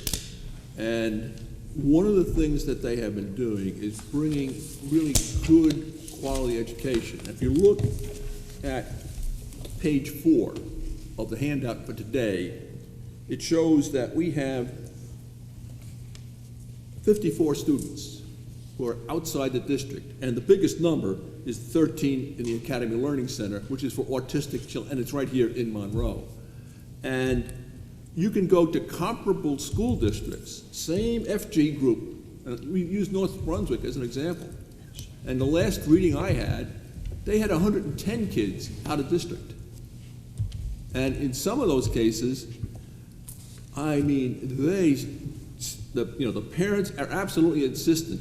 And because of the judicial environment of the state of New Jersey and the judicial environment of the Third Circuit District, parents always win. And so it's not unusual, parents are insistent that they send them up to Jan Handelman in New Brunswick with the New Brunswick Developmental Center, $100,000 tuition, $10,000 of transportation charges. This district has done a remarkable job working with child study teams to show parents that we have the capabilities to do a good job, and that when we go out of district, we try to make the maximum usage of the Middlesex Regional Educational Service Commission, which provides high-quality special education at very reasonable prices. But if we have one child for every 6, that's special education, and the average is 1 to 9, I assume that we're spending more money than the other FG districts. Now, I have no idea what they're doing. I don't, Bob. but I would agree with your assumption. Sorry, I got to cut you off. Mr. Leary, thank you. Mr. Kaufman? Thank you, Bob. You can come back if you want. Your 3 minutes is up. Ms. I got Leonard. cut off pretty quick there. I just want to comment to what was just said. I'm a parent of a special needs child that went through this district. I'm also a special education teacher in other district. I see what is spent. We have a good system here. I don't see waste. I don't see excessive programs. What I see is my autistic daughter, who is an independent young adult out in the workforce, paying taxes instead of being a burden on the tax system in a sheltered environment. That's what a good special education system is designed to do. Get our children out into the workforce, make them productive citizens, not a further burden on a different tax pocket. And that's what we're doing here in Monroe. Anyone else wishing to speak? State your name and address for the record. Karen Rapp, 44 Eldorado Way. It's with the 6th graders leaving Oaktree, it's estimated that we're only going to go down 26 students. I assume we're going to get a large influx. The 4 empty classrooms, what are the plans for those classrooms? They're preliminary plans, but part of that would depend on whether or not the second proposal passes. The other part of that would be looking at some of the class size issues that are currently there and perhaps restructuring or reconfiguring some of those class size issues. And then another possibility is restoring the use of the art and music rooms as they were designed to be. Okay, but those plans are tentative. So is restoring the art and music kind of the last in line behind Yes. classroom size? Okay. Yes. And if full day K does get voted in, is Barclay Brook at full capacity now? How would they accommodate more students? Barclay Brook is not at full capacity right now, but there's a recomposition going on over there as well, because as we move those trailers out, we have to then find locations for offices that are located there, for example, and some of the other programs and services that are housed at the Barclay Brook Center. Okay, thank you. You're welcome. Anyone else? Mr. Gunkelman, you still have to state your name and address. George Gunkelman, 5 Kelly Court, Monroe Township. Cutting state aids to schools and municipalities puts more pressure on property tax. The carrot of homestead rebates for households with less than $75,000 of income seems only to pit one group against another. The very idea of rebates is in contradiction to the stated claims of government inefficiency. What is the cost of a $500 rebate to taxpayers? $600, $700? At least. Some figures say that it's 2 to 1. So the state is going to collect $1,000 from us to give us back $500. We have already filled out rebate forms for nothing, more than once. Is there a department that processes these forms even when there are no rebates paid? Department of Treasury. I do not want a rebate. I want a more fair tax system for funding schools. The constant claim of being in office to make hard choices beggars the need to shift tax burdens away from ones not geared to citizens' ability to pay, to taxes that are tied to income. In recent New Jersey history, we are going in the direction of more regressive taxing. When the state caps local property tax increases, or any of its other caps, it's like telling someone else how much they can eat. Our school board members, council members, and mayor stand for election and then must defend their position on local taxes, regardless of any tax cap set by outside sources. The myth that our problems in America are caused by teachers and public sector employers because of the power they have over elected officials belies the much bigger power of big business lobbies, as well as the military-industrial complex that President Eisenhower tried to warn us about 50 years ago. If the states are afraid of collective bargaining, they should hire better negotiators. No tax is fair to everyone. No funding plan is fair to everyone. I think the idea that taking funding away from poor districts will solve the problems of the rest is like making the starving compete for food. Sorry. Current state funding inequities are a symptom of an obsolete tax structure. What to do? We need to demand a more fair tax source. George. A progressive income tax. I know, you're great. I'll give you 30 seconds. You got it. A progressive income tax is much fairer than property tax. The reason we do not have this is because politicians know from past experience that if they increase state income tax, they will not be reelected. We need to make them know that they will not be reelected if they do not restructure our tax burden in New Jersey so that we can fund our needs and community priorities. Other states have moved away from property tax as a base for school funding. New Jersey should look at these other models and try and pick out some of the better models and move on. I think the debate that we're focusing on here tonight of looking at the fairness of this system is misplaced. We have to go beyond that and restructure, because it's never going to be fair the way they're doing it now. Thank you. Mr. Kaufman. Mr. Leary? Let's look at the history book. Former Governor Richard Hughes, Chief Justice of the Supreme Court, in 1976, shut the schools down and forced the issue of income tax for the state. Income tax is the progressive thing that you asked for. It was supposed to be dedicated to the schools. And what has happened?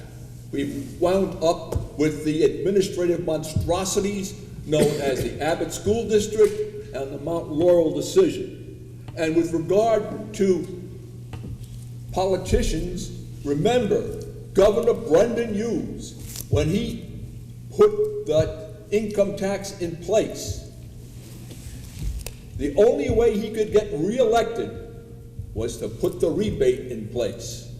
And he squeaked in. Rest my case. George? Mr. Klein? You mentioned one thing that is accurate. Not all of what you said was not accurate. Is the proper thing to do, and if you speak to our local elected officials, they'll tell you that the proper way of funding schools is other than using property taxes, whether it be a higher sales tax or an income tax. As far as the money that's going into the Title I schools, where you say it's wrong to take money away, they're getting too much now. Newark gets, between federal and state, $800 million. And we're not talking about Zuckerberg from Facebook giving them another $100 million, and they're still failing. They got, as I said before, the money is wasted, and school districts like us are starving. Yeah, You're paying for it. It's a red herring. Okay. It's not a red herring. And actually, a lot of what you said, no, I'm not going to get in an argument, no. A lot of what you're saying is true, but don't voice it here. Voice it with Washington, Klein. D.C. Mark. Yes, I'm not arguing. Thank you. Thank you. My pleasure. Always a pleasure. Hey, Doug. For Tamarack Road. Just a couple of points. One, I really appreciated the fact that the board decided to send out postcards advising all of the community about the various hearings you're going to have on the budget. I think that's a terrific idea to try to make yourselves available as much as possible to the public so they can come and hear your presentation as well as raise their questions. Mr. Gorski, you mentioned, and I saw it in the Cranberry Press, and I would appreciate a little bit more elaboration on it. The Jamesburg Board of Ed owes the Monroe Township Board of Ed approximately $550,000. And my understanding is that goes back as far as 2007, if I understood that correctly.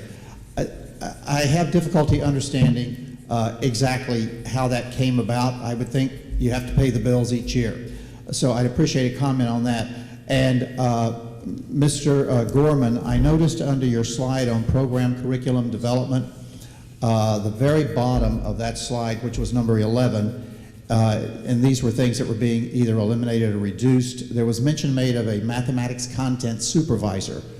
Now, I was under the impression that we did not have a mathematics supervisor in the district. And essentially, I would just like the board, and I realize this has budgetary implications, but I have great difficulty understanding why we would have a supervisor, a district supervisor, in something like social studies, physical education, possibly art and music. You have various supervisors, but none of those content areas are tested by the state of New Jersey, nor are those content areas included on the SAT. I really think we need to rethink why we don't have a mathematics supervisor for the district that coordinates what's supposed to be happening K through 12, keeping an eye on things, as well as they're the resident expert in terms of observing classes in addition to the building principal. So those are my 3 points or comments, and I got those in before my time is up. Thank you. Good man. I'd like to take number 1. Mr. Poi, thank you for the comment. We've worked hard this year to try to make our budget as open and apparent as possible. At every finance committee meeting, at least being the last 3, at the tentative budget adoption, at the revised tentative budget adoption, we've handed out revenue and appropriation schedules, and earlier than the law requires, we've posted to our website a user-friendly budget, which is the basic requirements from the state delineating in layperson's terms the financial aspects of the budget. And anything else, we're always available for anybody's inquiry. With regard to Jamesburg, the law allows sending and receiving districts to budget for their tuition figures up front. You don't know what the exact costs are going to be. You don't know what the enrollment's going to be, so it's an estimate. At the end of the year, you prepare a report called A41, A42, where you put in your actual costs from your audit, and you calculate an actual ADE, and you settle up with the district based upon the estimated to the actual costs and the estimated to the actual enrollment. The law then requires, it used to be 3 years, now it's 2 years that the district has to settle up with the other party. For the 7-8 school year, it is true that Jamesburg owes Monroe $220,000, and for the 8-9 school year, they owe approximately $350,000. The 7-8 money is appropriated in their budget to be paid to Monroe, and consequently it is in Monroe's revenues to be received by Jamesburg and approved by the county office. Those monies are not delinquent, and they are strongly anticipated to be paid. Just to dovetail onto that, you have to remember that boards of education have to do things in advance of when they happen, and you can't pay a bill until the actual certification of tuition has been done. That's and it's a cyclical process. So you have to give the sending district enough time. Now that we know what the bill is, we have to give them enough time to now plan for it in the budget that may, because of timing, have already been approved for that year. So it's a year skip. So it's a timing thing, and that's typically why a 2-year offset is in place. Who has next question? Jeff. Regarding the math supervision, we have not abandoned math supervision in any way, shape, or form. We actually put together a hybrid model this year, which encompasses 3 administrative assistant principals and 4 math lead teachers at various levels, at the high school, at the middle level, and 2 at the elementary level, in addition to a department coordinator at the high school who are under my guidance and supervision. We meet regularly once a month, and we are actually doing some pretty progressive actions and meetings that look a little bit different than pure administrative supervision of the program. And just a point of information, Mr. Poi, I'm a math minor, not a major, but I do have a pretty extensive math background in that area. I'd be happy to share with you all the details and the steps that we've put in place that are comparable. The model does not necessarily work in every content area, but I'd like to give it a shot because of the harshness of administrative costs in the district, balancing that, and moving forward with an appropriate supervision model. But we're not neglecting that area in any way, shape, or form. That's actually a very important content area. Mr. Chiarella? Yeah, I just want to address what Mr. Gunkelman said, because I think he's correct. I just want to explain that. I think that the way we fund our education is backwards, it's regressive. And I think that we're a nation founded on private property rights. And by asking citizens to pay an exorbitant amount in property taxes to fund things like education, what we're really asking is for property owners to pay rent on land that they supposedly already own. And I think that's a major issue, and it's an erosion of freedoms. And I think there are a lot of things that go into that which are just wrong and backward. I would like to, I just think that if you really want to see equality in education and proper funding, then we have to fund it through progressive means and then distribute that money properly. And I think you're right. And I hope I did you justice. Anyone else? They were good points. Hold on, John, just one second. Anyone else wishing to speak about the budget?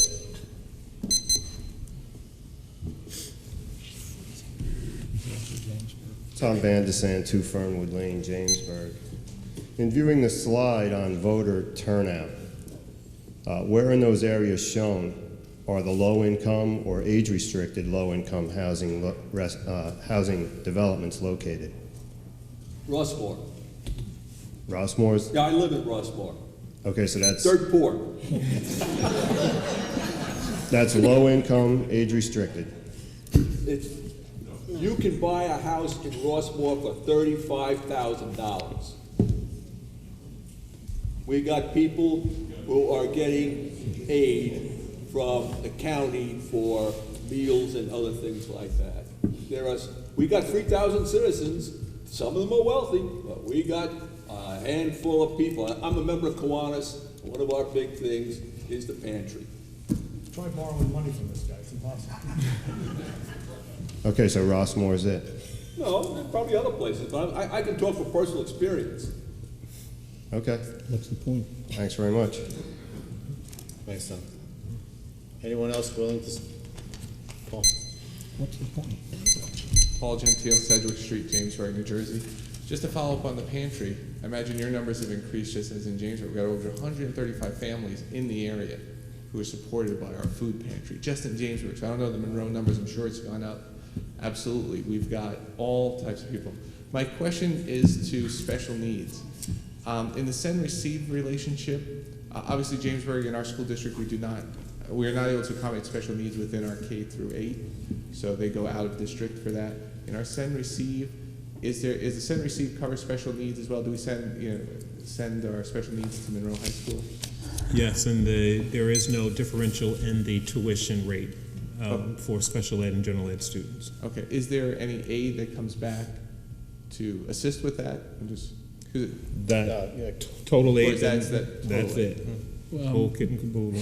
Sorry, go ahead. Jamesburg's special ed students that are taught in-house in our in-class supported resource centers are more costly, but there is no additional charge that has been assessed to Jamesburg that was waived several years ago. When Jamesburg has a student that has needs to go out of district into a private setting, it's the responsibility of Jamesburg School. Monroe doesn't get any aid from that. Jamesburg would be eligible for extraordinary aid, and I am certain that they do receive it. Okay, yeah, I just wanted to clarify, I was just trying to understand the process. The other thing, I was trying to, through the state numbers, identify cost per pupil, but the cost per pupil for your, well, not K through 8, because K is coming, but up to 8th grade, do you have that number? What would be the cost per pupil average?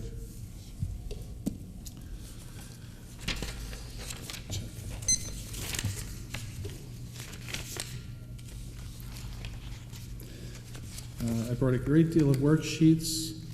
I don't know if I have that one. The administrative cost per pupil. I could provide that to you. Okay, thank you. That's it.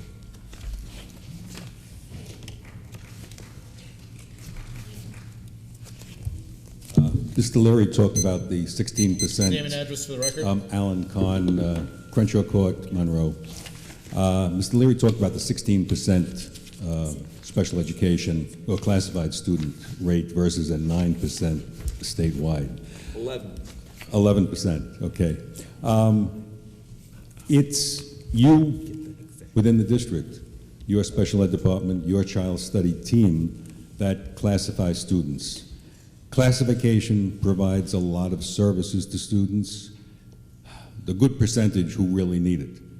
But there are children who are classified that are hurt by the system. Overclassification, and it seems to me that that may be something that you should be looking at. Is your special ed department doing what they should be for the students of Monroe? Please look into that. Let me address that issue. Mr. Leary?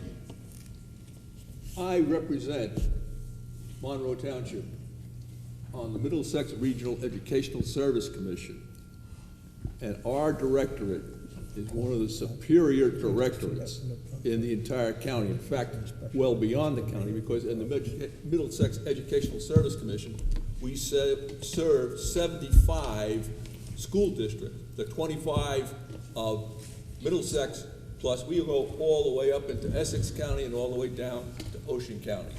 And the team that's been put together by Dr. Hamilton and others has got a high reputation in the educational establishment of the state.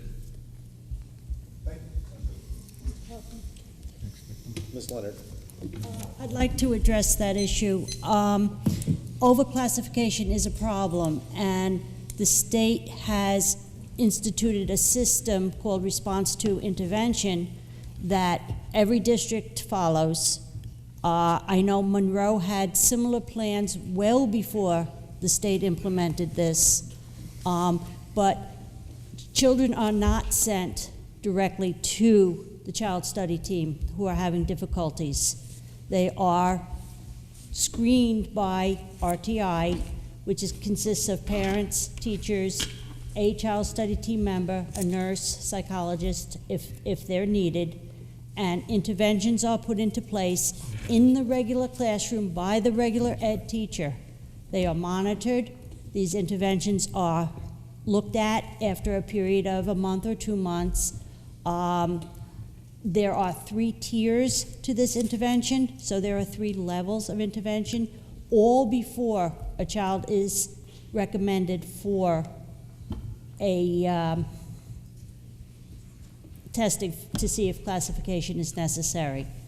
So it's not an automatic, okay, this child's having difficulty reading, send him to the child study team, let's classify him.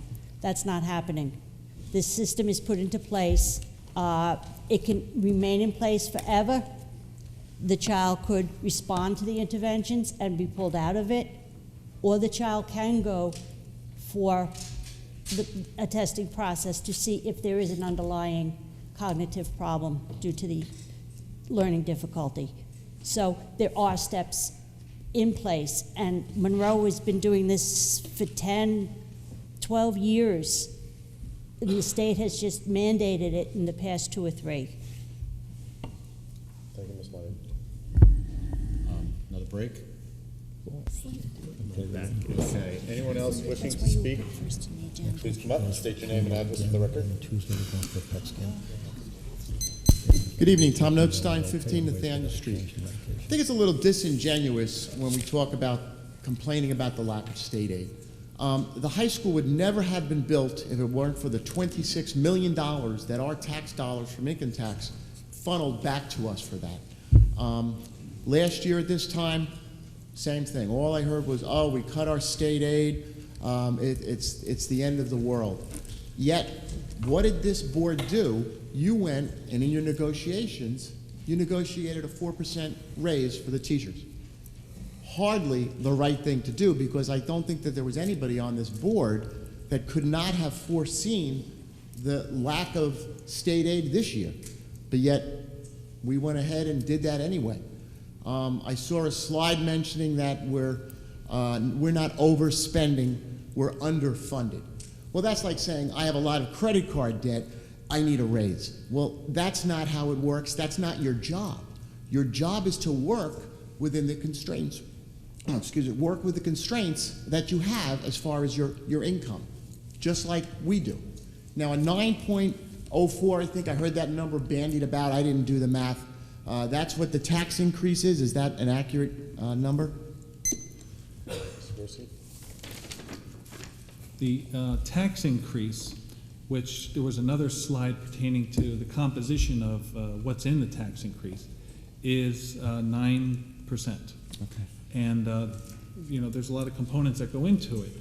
A lack of state aid is the largest of them all, because obviously if the state funded their responsible part of education, it wouldn't have to be on the burden of the local tax levy. Okay, no, I get that, but my contention is, obviously, if state aid was ever going to be distributed equally, there would be no such thing as a district factor group.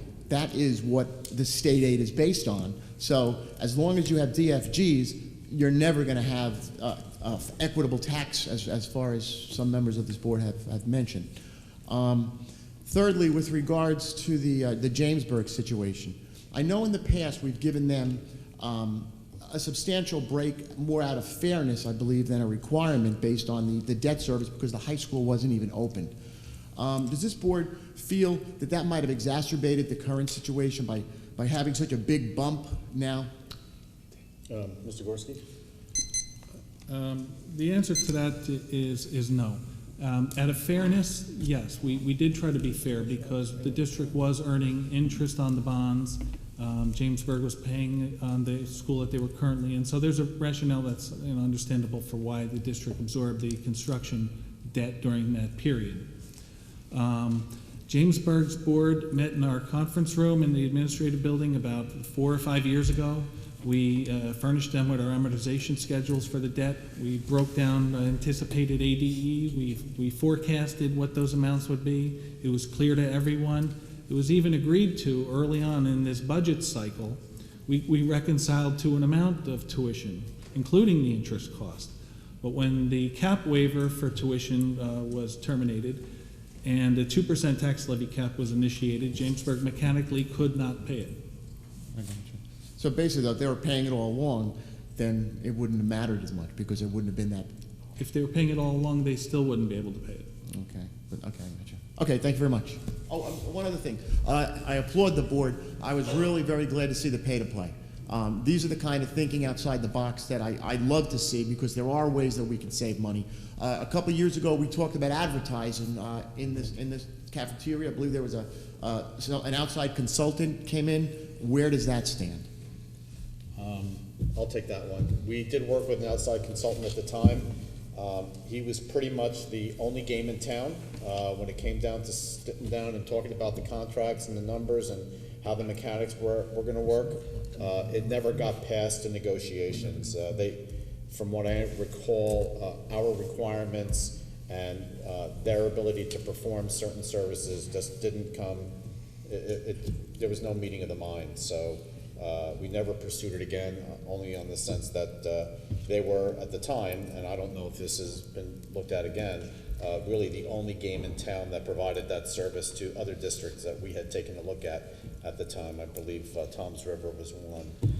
So it's one of the things that we could take a look at again to see if there are other vendors out there that do the same type of service. Yeah, obviously, I mean, those kind of revenue generators is a great thing for a district to come up with. I mean, I hate to see, Mr. Klein mentioned that we cut textbooks, and we stop new programs. Well, that's the kind of stuff I hate to see, but those revenue generators, like the pay-to-play and the advertising, I think is great. So you're doing a good job with that. Thank you. Thanks, Tom. Anyone else willing to speak about the budget? Mr. Leary. In the handout, page 5, up in the upper right-hand corner, is the first of the charts talking about funding facts. These 4 school districts were carefully selected. There are about 120,000 students in Middlesex County. And these 4 middle class school districts, FG, represent 24,000 students. It's a fairly homogeneous group of students, socioeconomically, and why do you have disparities on the order of 20 to 1? It just blows my mind and a lot of other people. Rest my case. Thank you, Mr. Leary. Anyone else willing to speak to the budget?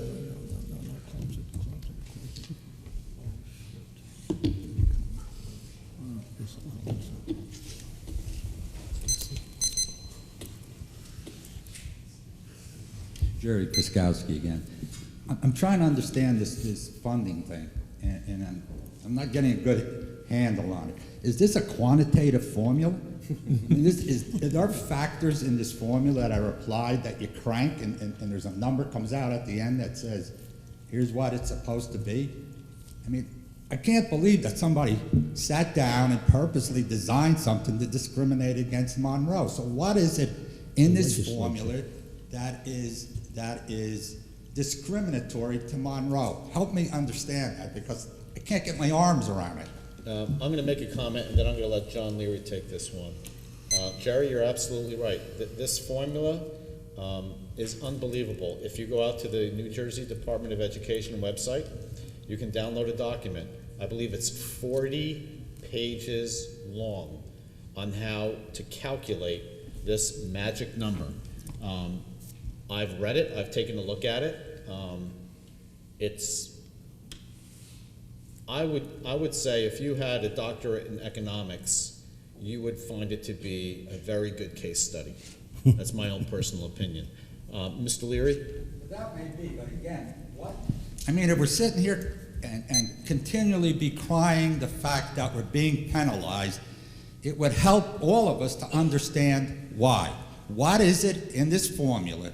What are the factors that are there that are specific to Monroe Township that is putting us at such a disadvantage? I mean, you've got a lot of PhDs around here, mathematics teachers, and a whole bunch of people with degrees. Help us understand what it is that we're being penalized for. Amplifying on what Lou said, we are trying desperately to find what the hell it is. It's a bunch of mumbo jumbo as far as we're concerned right now, and we're getting stiffed. Well, we got legislators. Let's get the legislators involved. I've personally had lots of conversations with Linda Greenstein. They're here when they want our votes. Hamilton has talked. We've gone to the governor's office. I mean, this has not been a sleeping dog. Jerry, when I asked Chris Christie, Alan was there. Chris Christie didn't devise this formula. We get the same runaround, and I'm not putting the blame on the governor, but what it comes down to is the legislature. I thought it was the Supreme Court after the Abbott decision. The legislature developed the formula. You heard me earlier. How can East Brunswick get so much and we get $204 a student? There's no formula shows that. There is no answer.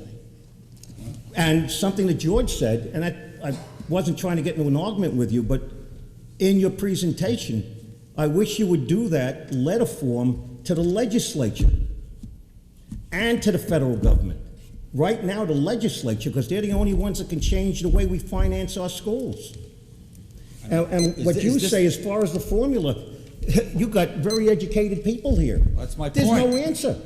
Well, there's got to be an answer. mean, Well, it's- when you find out first, Jerry, please let us know. Well, Mr. Chiarella. Yeah, just one of the things that penalize us, for lack of a better term, is that we're above adequacy. And there are many different factors that cause us to be above adequacy, but one of those are. what does that mean? Well, it means that, and I'm sure Dr. Hamilton or Mike could explain it better than I can, but for instance, one of the things that put us above adequacy is the fact that we're a 43 square mile town, and we have to bus our children into schools. So because of the cost to bus and all of the infrastructure and all the things that we need to do that to make it happen logistically, puts us in a different bracket, because they say, you guys have more, you guys are wealthy, you have more, so you need less. But really, there's a reason why we bus. You're not going to send kids to walk down 522 at 8 o'clock in the morning. That would be in 3 feet of snow. I would hope be a not. dangerous situation. I mean, it's got to be more involved than just busing kids. Yeah, well, that's part of it. That's part of what puts us above adequacy. But I would turn it over to. You had it in the Dr. presentation. Explain that. There are several programs and services that the district provides that is above adequacy, and what above adequacy means is the old term was thorough and efficient. And what that did was the state established minimal levels of educational services and programs that all students should have. The number of minutes necessary for reading and for language arts and for mathematics, things of that sort. Things that are above that thorough and efficient or adequacy level helps get calculated in this formula that's used to determine where you fit on that continuum. So when you look at some of the things that we do, like our AP level courses, for example, those courses are not required in order for children to have a thorough and efficient education. Kindergarten is not mandated by law. There are lots of things that we do in the general course of business that are above what the state requires. So when they look at these minimal levels, anything that's above that gets calculated outside of the adequacy level. So are you in fact telling me that if we approve a full-day kindergarten, we're going to get penalized further? Is that what you're saying? Does that make sense? I mean, I don't know why if would I'm we do saying this? that, because I Well, would, it certainly sounds that way. well, I would not presume to be able to predict the governor or whoever establishes that. Well, let's go back to being thorough and less thorough and inefficient for a couple of years and get and then we can solve this problem. What happens? As crazy as that sounds, but thank you. Thank you, Jerry. Anyone else? Cole, you're killing me.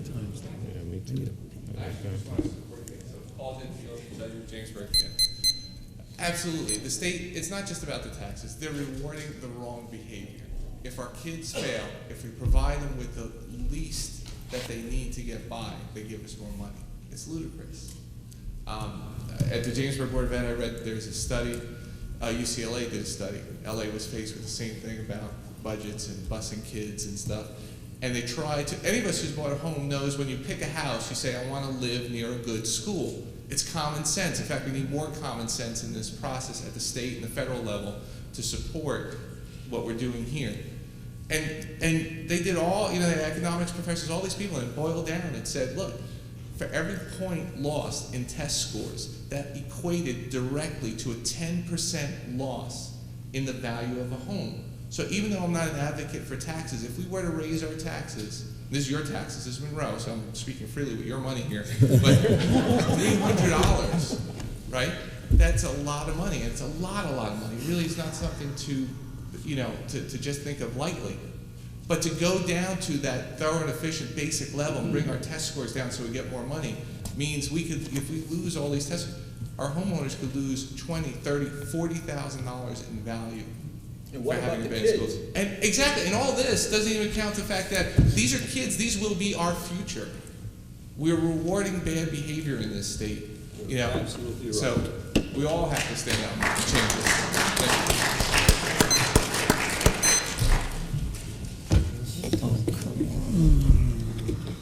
Tom Notstein, 15 Nathaniel Street. I'll be brief. Just a quick question. My concern, getting back to this Jamesburg situation, is if we were to lose this, we're talking over a 4% drop in our budget.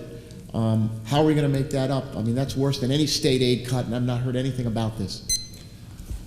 Jamesburg's first departure from our district is anticipated to be their current 7th grade class.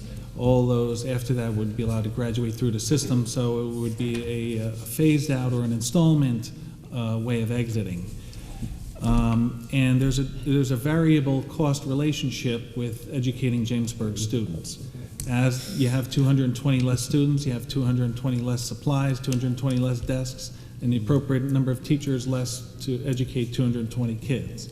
So we would have to cut costs accordingly, but we wouldn't be suffering because, you know, we would have the less Gotcha. So it's not, even though it's a large percentage, it's going to be phased. Okay, thank you. Yep. Regret to say it. Anyone else? Seeing no one.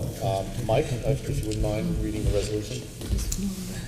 It is recommended that the members of the Board of Education approve the following amounts and resolution for the 2011-2012 budget. Be it resolved by the Monroe Township Board of Education that the 2011-2012 general fund budget be adopted in the amount of $91,576,147 and a general fund local tax levy in the amount of $81,102,065 and a special revenue fund in the amount of $878,116 and a debt service budget in the amount of $10,471,757 and a debt service local tax levy in the amount of $9,643,475. Whereby the 2011-2012 budget totals $102,926,020. And whereas the Monroe Township Board of Education has been notified of state aid amounts, and whereas such state aid amounts are for 2011-2012 categorical special education aid, $1,125,818, and for the 2011-2012 categorical security aid, 0. For the 2011-2012, the categorical transportation aid, 0. For 2011-2012 debt service aid, $688,725. And whereas the Monroe Township Board of Education has estimated a state aid amount pursuant to application, and for the 2011-2012, the estimated extraordinary aid amount is $214,453. And whereas School District Bylaw 0147, Policy 3440, Policy 4440, and NJAC 6A:23B-1.2b provides that the Board of Education shall establish in the annual school budget a maximum expenditure amount that may be allotted for such travel and expense reimbursement for the 2011-2012 school year. Now therefore be it resolved that the Monroe Township Board of Education hereby establishes the school district travel maximum for the 2011-2012 school year at the sum of $158,422, and be it further resolved that the school business administrator shall track and record these costs to ensure that the maximum amount is not exceeded, and whereas the Monroe Township Board of Education is proposing a separate spending proposal, public question number 2, and said proposal reads as follows. In addition to the regular advertised budget pursuant to NJSA 18A:7F-5D9, the Monroe Township Board of Education will seek approval from the district's legal voters to raise an additional $777,237 to implement a full-day kindergarten program at Barclay Brook Elementary School, Mill Lake Elementary School, and Oak Tree Elementary School. The additional levy will provide funds for 9 instructional teachers and benefits, 11 instructional aides, and related instructional supplies. The additional levy will be used only for these purposes. Approval of these taxes will result in a permanent increase in the district tax levy. These proposed and additional expenditures are in addition to those necessary to achieve the core curriculum content standards adopted by the State of New Jersey Department of Education. For your information, below is a breakdown of expenses not stated in the language, delineating the salary, benefits, aids, and supplies. Total $777,237. Now therefore be it resolved that the superintendent of schools and the business administrator board secretary file the required documents with the executive county superintendent. So moved. Second. That was Mr. Chiarella and Mr. Tesler. Discussion? I think we've pretty much discussed this, right? Roll call. Mr. Board of Education and members of the Board of Education, it is recommended that the board approve the 2011-2012 budget resolution, which includes a separate question related to full-day kindergarten. We got it. Mr. Leary. Yes. Mr. Tesler. Yes. Mrs. Ferroni. Mrs. Leonard. Yes. Mr. Braverman. Mr. Chiarella. Yes. Mrs. Koloponowicz. Yes. Mr. Klein. No. Mr. Masters. Yes. Mr. Kaufman. Yes. Mr. Board President, motion passes. Thank you, Mike. Moving on with the agenda, second reading of public hearing and adoption of the refunding bond ordinance. Mike? Yes, the district pursuant to efficiency initiatives reviewed the amortization schedules outstanding, and with the assistance of bond counsel who's present tonight and our financial advisors, we recognized an opportunity to refund the 2002 series, which I was part of refinancing back in 2002. Interest rates have turned favorable. They are in excess of the 3% net present savings that the state mandates in order for refunding to occur. And it will save the district approximately $100,000 a year off its debt service budget, or $1 million over the duration of the bonds. So moved. Second. Mr. Tesler? First, we have to have a public hearing on specifically the question to refinance the bonds. It's required. So you want to schedule that, or you want to? No, right now. Okay. Public hearing. If anybody from the public has any questions, would like to speak about the refunding. Really? Okay. Okay. Seeing no one? All right, seeing that the public hearing is closed, it is now recommended that the Monroe Township Board of Education adopt the resolution entitled Refunding Bond Ordinance of the Board of Education of the Township of Monroe in the County of Middlesex, New Jersey, providing for the refunding of all or a portion of the board's outstanding school district refunding bond series 2002, dated September 1st, 2002, appropriating not to exceed $20,500,000, therefore, and authorizing the issuance of not to exceed $20,500,000 school district refunding bonds of the Board of Education for the financing the costs thereof. That's Mr. Chiarella and Ms. Leonard. Any discussion? Roll call. Mr. Leary. Yes. Mr. Tesler. Yes. Mrs. Ferroni. Mrs. Leonard. Yes. Mr. Chiarella. Yes. Mrs. Koloponowicz. Yes. Mr. Klein. Yes. Mr. Masters. Yes. Mr. Kaufman. Yes. Mr. Board President, motion passes. Item number 8 on the agenda, public forum. Anyone wishing to speak before the board on any topic, please come up to the mic, state your name and address for the record. Going once. Twice. Seeing no one, superintendent's report.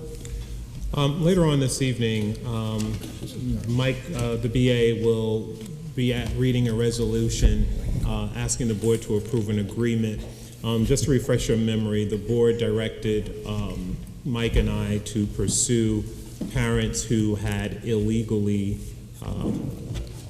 enrolled their students in our district, and we were to pursue vigorously compensation or reimbursement for those funds through civil court. And we have one matter that has reached resolution, and that agreement is being presented this evening for you as well, and that'll be presented in the business administrator's report. And also in last week's confidential, the district is planning a strategic planning day for the district relative to technology needs to implement 21st century and the International Society for Technology and Education standard as it applies to the new high school, particularly in the areas of the STEM Academy, media literacy, fine graphics and performing arts, and challenge-based learning in the community and in our schools. We have planned the day at the Monroe Township Library on April 4th, and that will be from 8 to 3, and we're requesting your participation, if possible, and any key stakeholders in our district. So for planning purposes, if you can please let me know if you are available, we'd really appreciate your input, particularly those of you who have a particular interest in technology. We would appreciate your expertise. And if you can let me or Jeff know today if possible. We would appreciate that. Moving on to the superintendent's report, our enrollment data is in your agenda this evening, representing the difference between our last month enrollment report and the January 31st report. There was a correction that was noted on the February 16th agenda, miscalculation or a typographical area regarding the high school numbers. That correction is noted on this agenda for you as well. Included in the superintendent's report is the out-of-district placement. We have 54 students currently out of district, and our home instruction report is also enclosed for your review with the fire drills and emergency evacuations as required by law. Moving on to personnel items, Mr. Board President and members of the Board of Education, it is recommended by the superintendent that personnel items A through U be approved by roll call vote. So moved. Second. I'm going to give that Mrs. Kalpanowicz and Ms. Leonard. Discussion? Roll call? Mr. Leary? Yes. Mr. Tesler? Yes. Mrs. Leonard? Yes. Mr. Chiarella? Yes. Mrs. Koloponowicz? Yes. Mr. Klein? Absent. Mr. Masters? Yes. Mr. Kaufman? Yes. Mr. Board President, motion passes. And board action items, Mr. Board President and members of the Board of Education, it is recommended by the superintendent that board action items A through J be approved by roll call vote. So moved. Second. Ms. Kalpanowicz, Mr. Tesler. Discussion? Roll call? Mr. Leary? Yes. Mr. Tesler? Yes. Mrs. Leonard? Yes. Mr. Chiarella? Yes. Mrs. Koloponowicz? Yes. Mr. Klein? Yes. Mr. Masters? Yes. Mr. Kaufman? Yes. Mr. Board President, motion passes. And that concludes the superintendent's report for this evening. Thank you, Dr. Hamilton. Business Administrator's report? Mr. Board President and members of the Board of Education, it is recommended that board action items A through S be approved by consent roll call. Item T will be a separate resolution, and that's the matter that Dr. Hamilton referred to previously. So moved. Second. Discussion? That's Ms. Leonard, Ms. Kalpanowicz. Discussion? Roll call? Mr. Leary? Yes. Mr. Tesler? Yes. Mrs. Leonard? Yes. Mr. Chiarella? Yes. Mrs. Koloponowicz? Yes. Mr. Klein? Yes. Mr. Masters? Yes. Mr. Kaufman? Yes. Mr. Board President, motion passes. Item 11, Board President's report. Oh, you have the other one, sorry. Next, as related to item T under the Business Administrator's report, it is recommended that the Board of Education approve the previously submitted settlement agreement and general release in the matter entitled Monroe Township Board of Education, Middlesex County versus Pauline Locan. New Jersey Supreme Court Laws Division, Special Civil Part, docket number MID-DC-029404-10. The Board President, the Business Administrator, Board Secretary, and the Board Attorney are hereby authorized and directed to take all necessary steps to implement the aforesaid settlement agreement. So moved. Ms. Leonard, Second. Ms. Kalpanowicz. Discussion? Roll call? Mr. Leary? Yes. Mr. Tesler? Yes. Mrs. Leonard? Yes. Mr. Chiarella? Yes. Mrs. Koloponowicz? Yes. Mr. Klein? Yes. Mr. Masters? Yes. Mr. Kaufman? Yes. Mr. Board President, motion passes. Thanks much. Good to go. Item 11, Board President's report. I'll spare you. You don't need to hear from me. Committee reports. Mr. Chiarella. We had a Buildings, Grounds, and Transportation meeting last week, but it was an emergency meeting based on some of the events that we had concerning Jamesburg and a couple of other things. But we looked at some bids for asbestos remediation at Applegarth. We looked at 3 bids.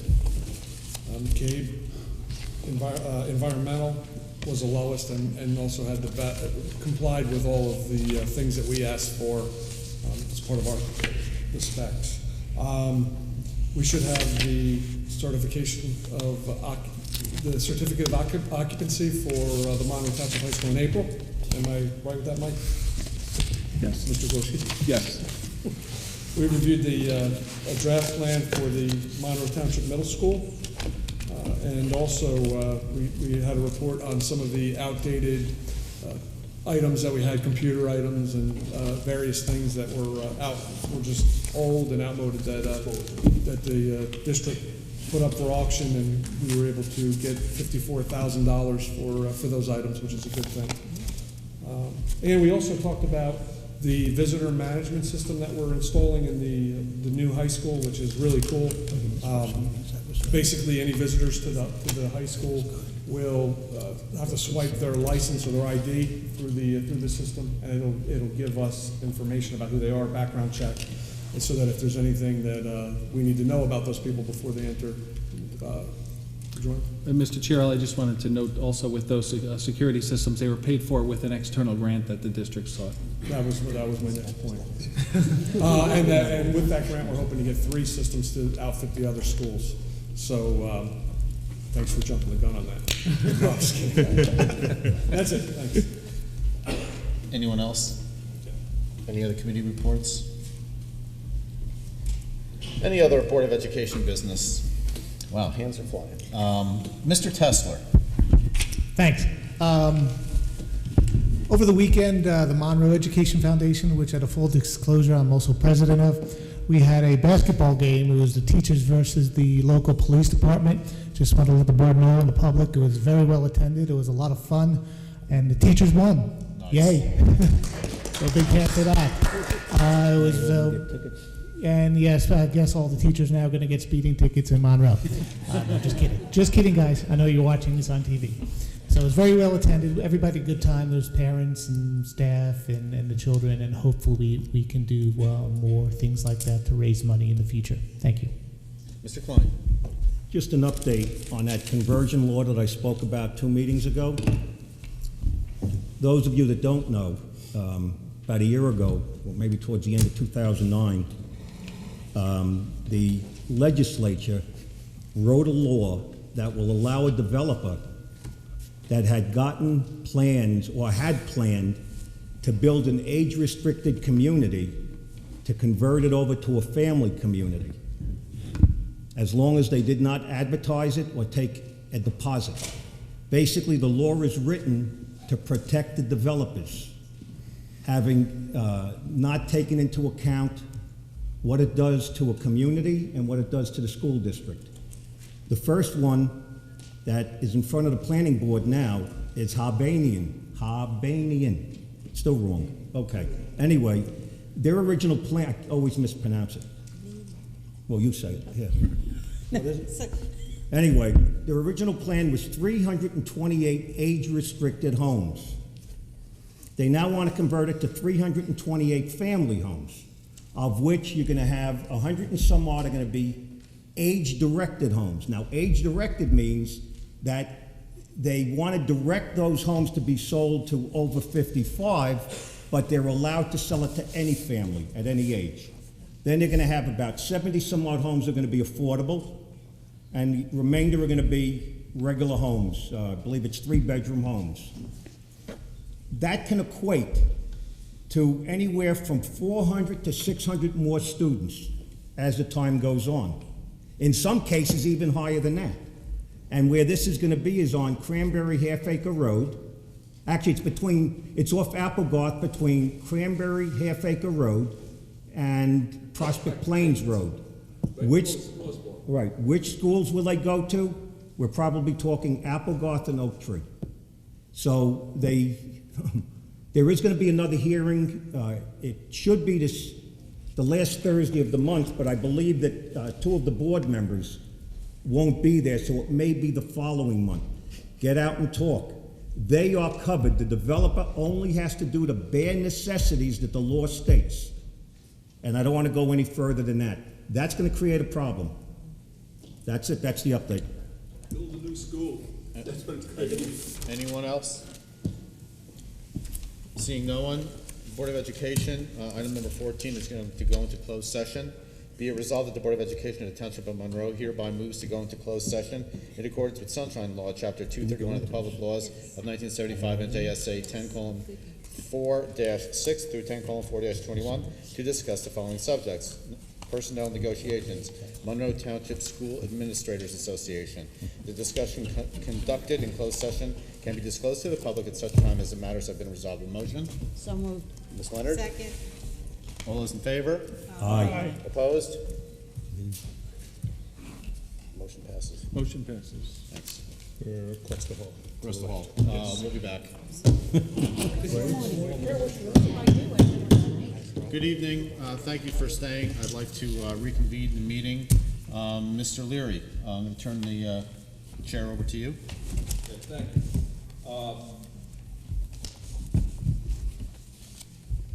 We will be discussing the collective bargaining agreement between the principals and supervisors and the Board of Education.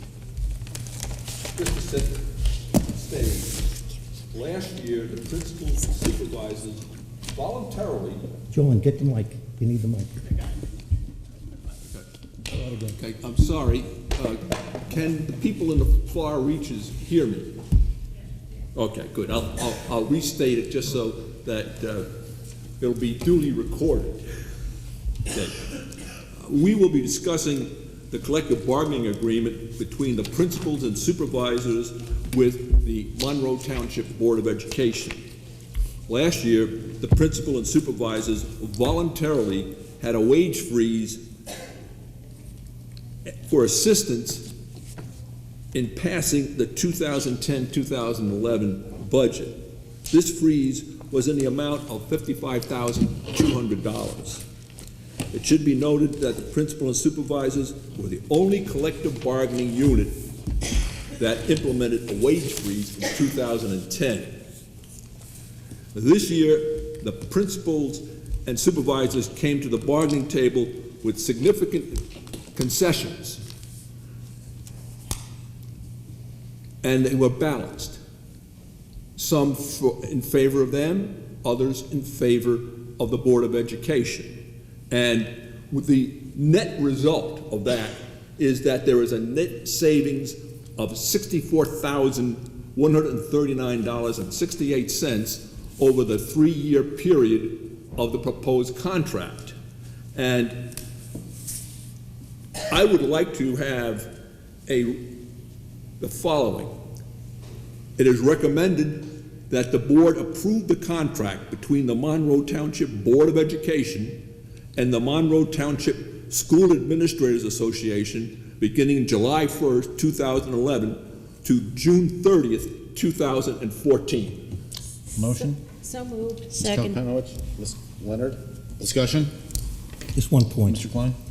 I just want you to understand that that savings is basically 24 employees. Thank you. Anyone else? Roll call, Mr. Gorski? Mr. Leary? Yes. Mr. Tesler? Yes. Mrs. Leonard? Yes. Mr. Chiarella? Yes. Mrs. Koloponowicz? Yes. Mr. Klein? Yes. Mr. Masters? Yes. Mr. Kaufman, your vote is excluded, abstain. Mr. Board President, motion passes. Thank you, Mike. All right, continuing with our agenda, public forum. Item number 15, anyone wishing to speak before the board, please come up and state your name for the record. Really? Seeing no one, the next scheduled Public Board of Education meeting will be on Wednesday, April 15th at 7:00 p.m. at the high school. Motion to adjourn. I make it. Mr. Klein? Second. Mr. Chiarella, all those in favor? Yes. Aye. Yes. Opposed? Abstentions? Well, you opposed. Motion carries. Good night, everybody.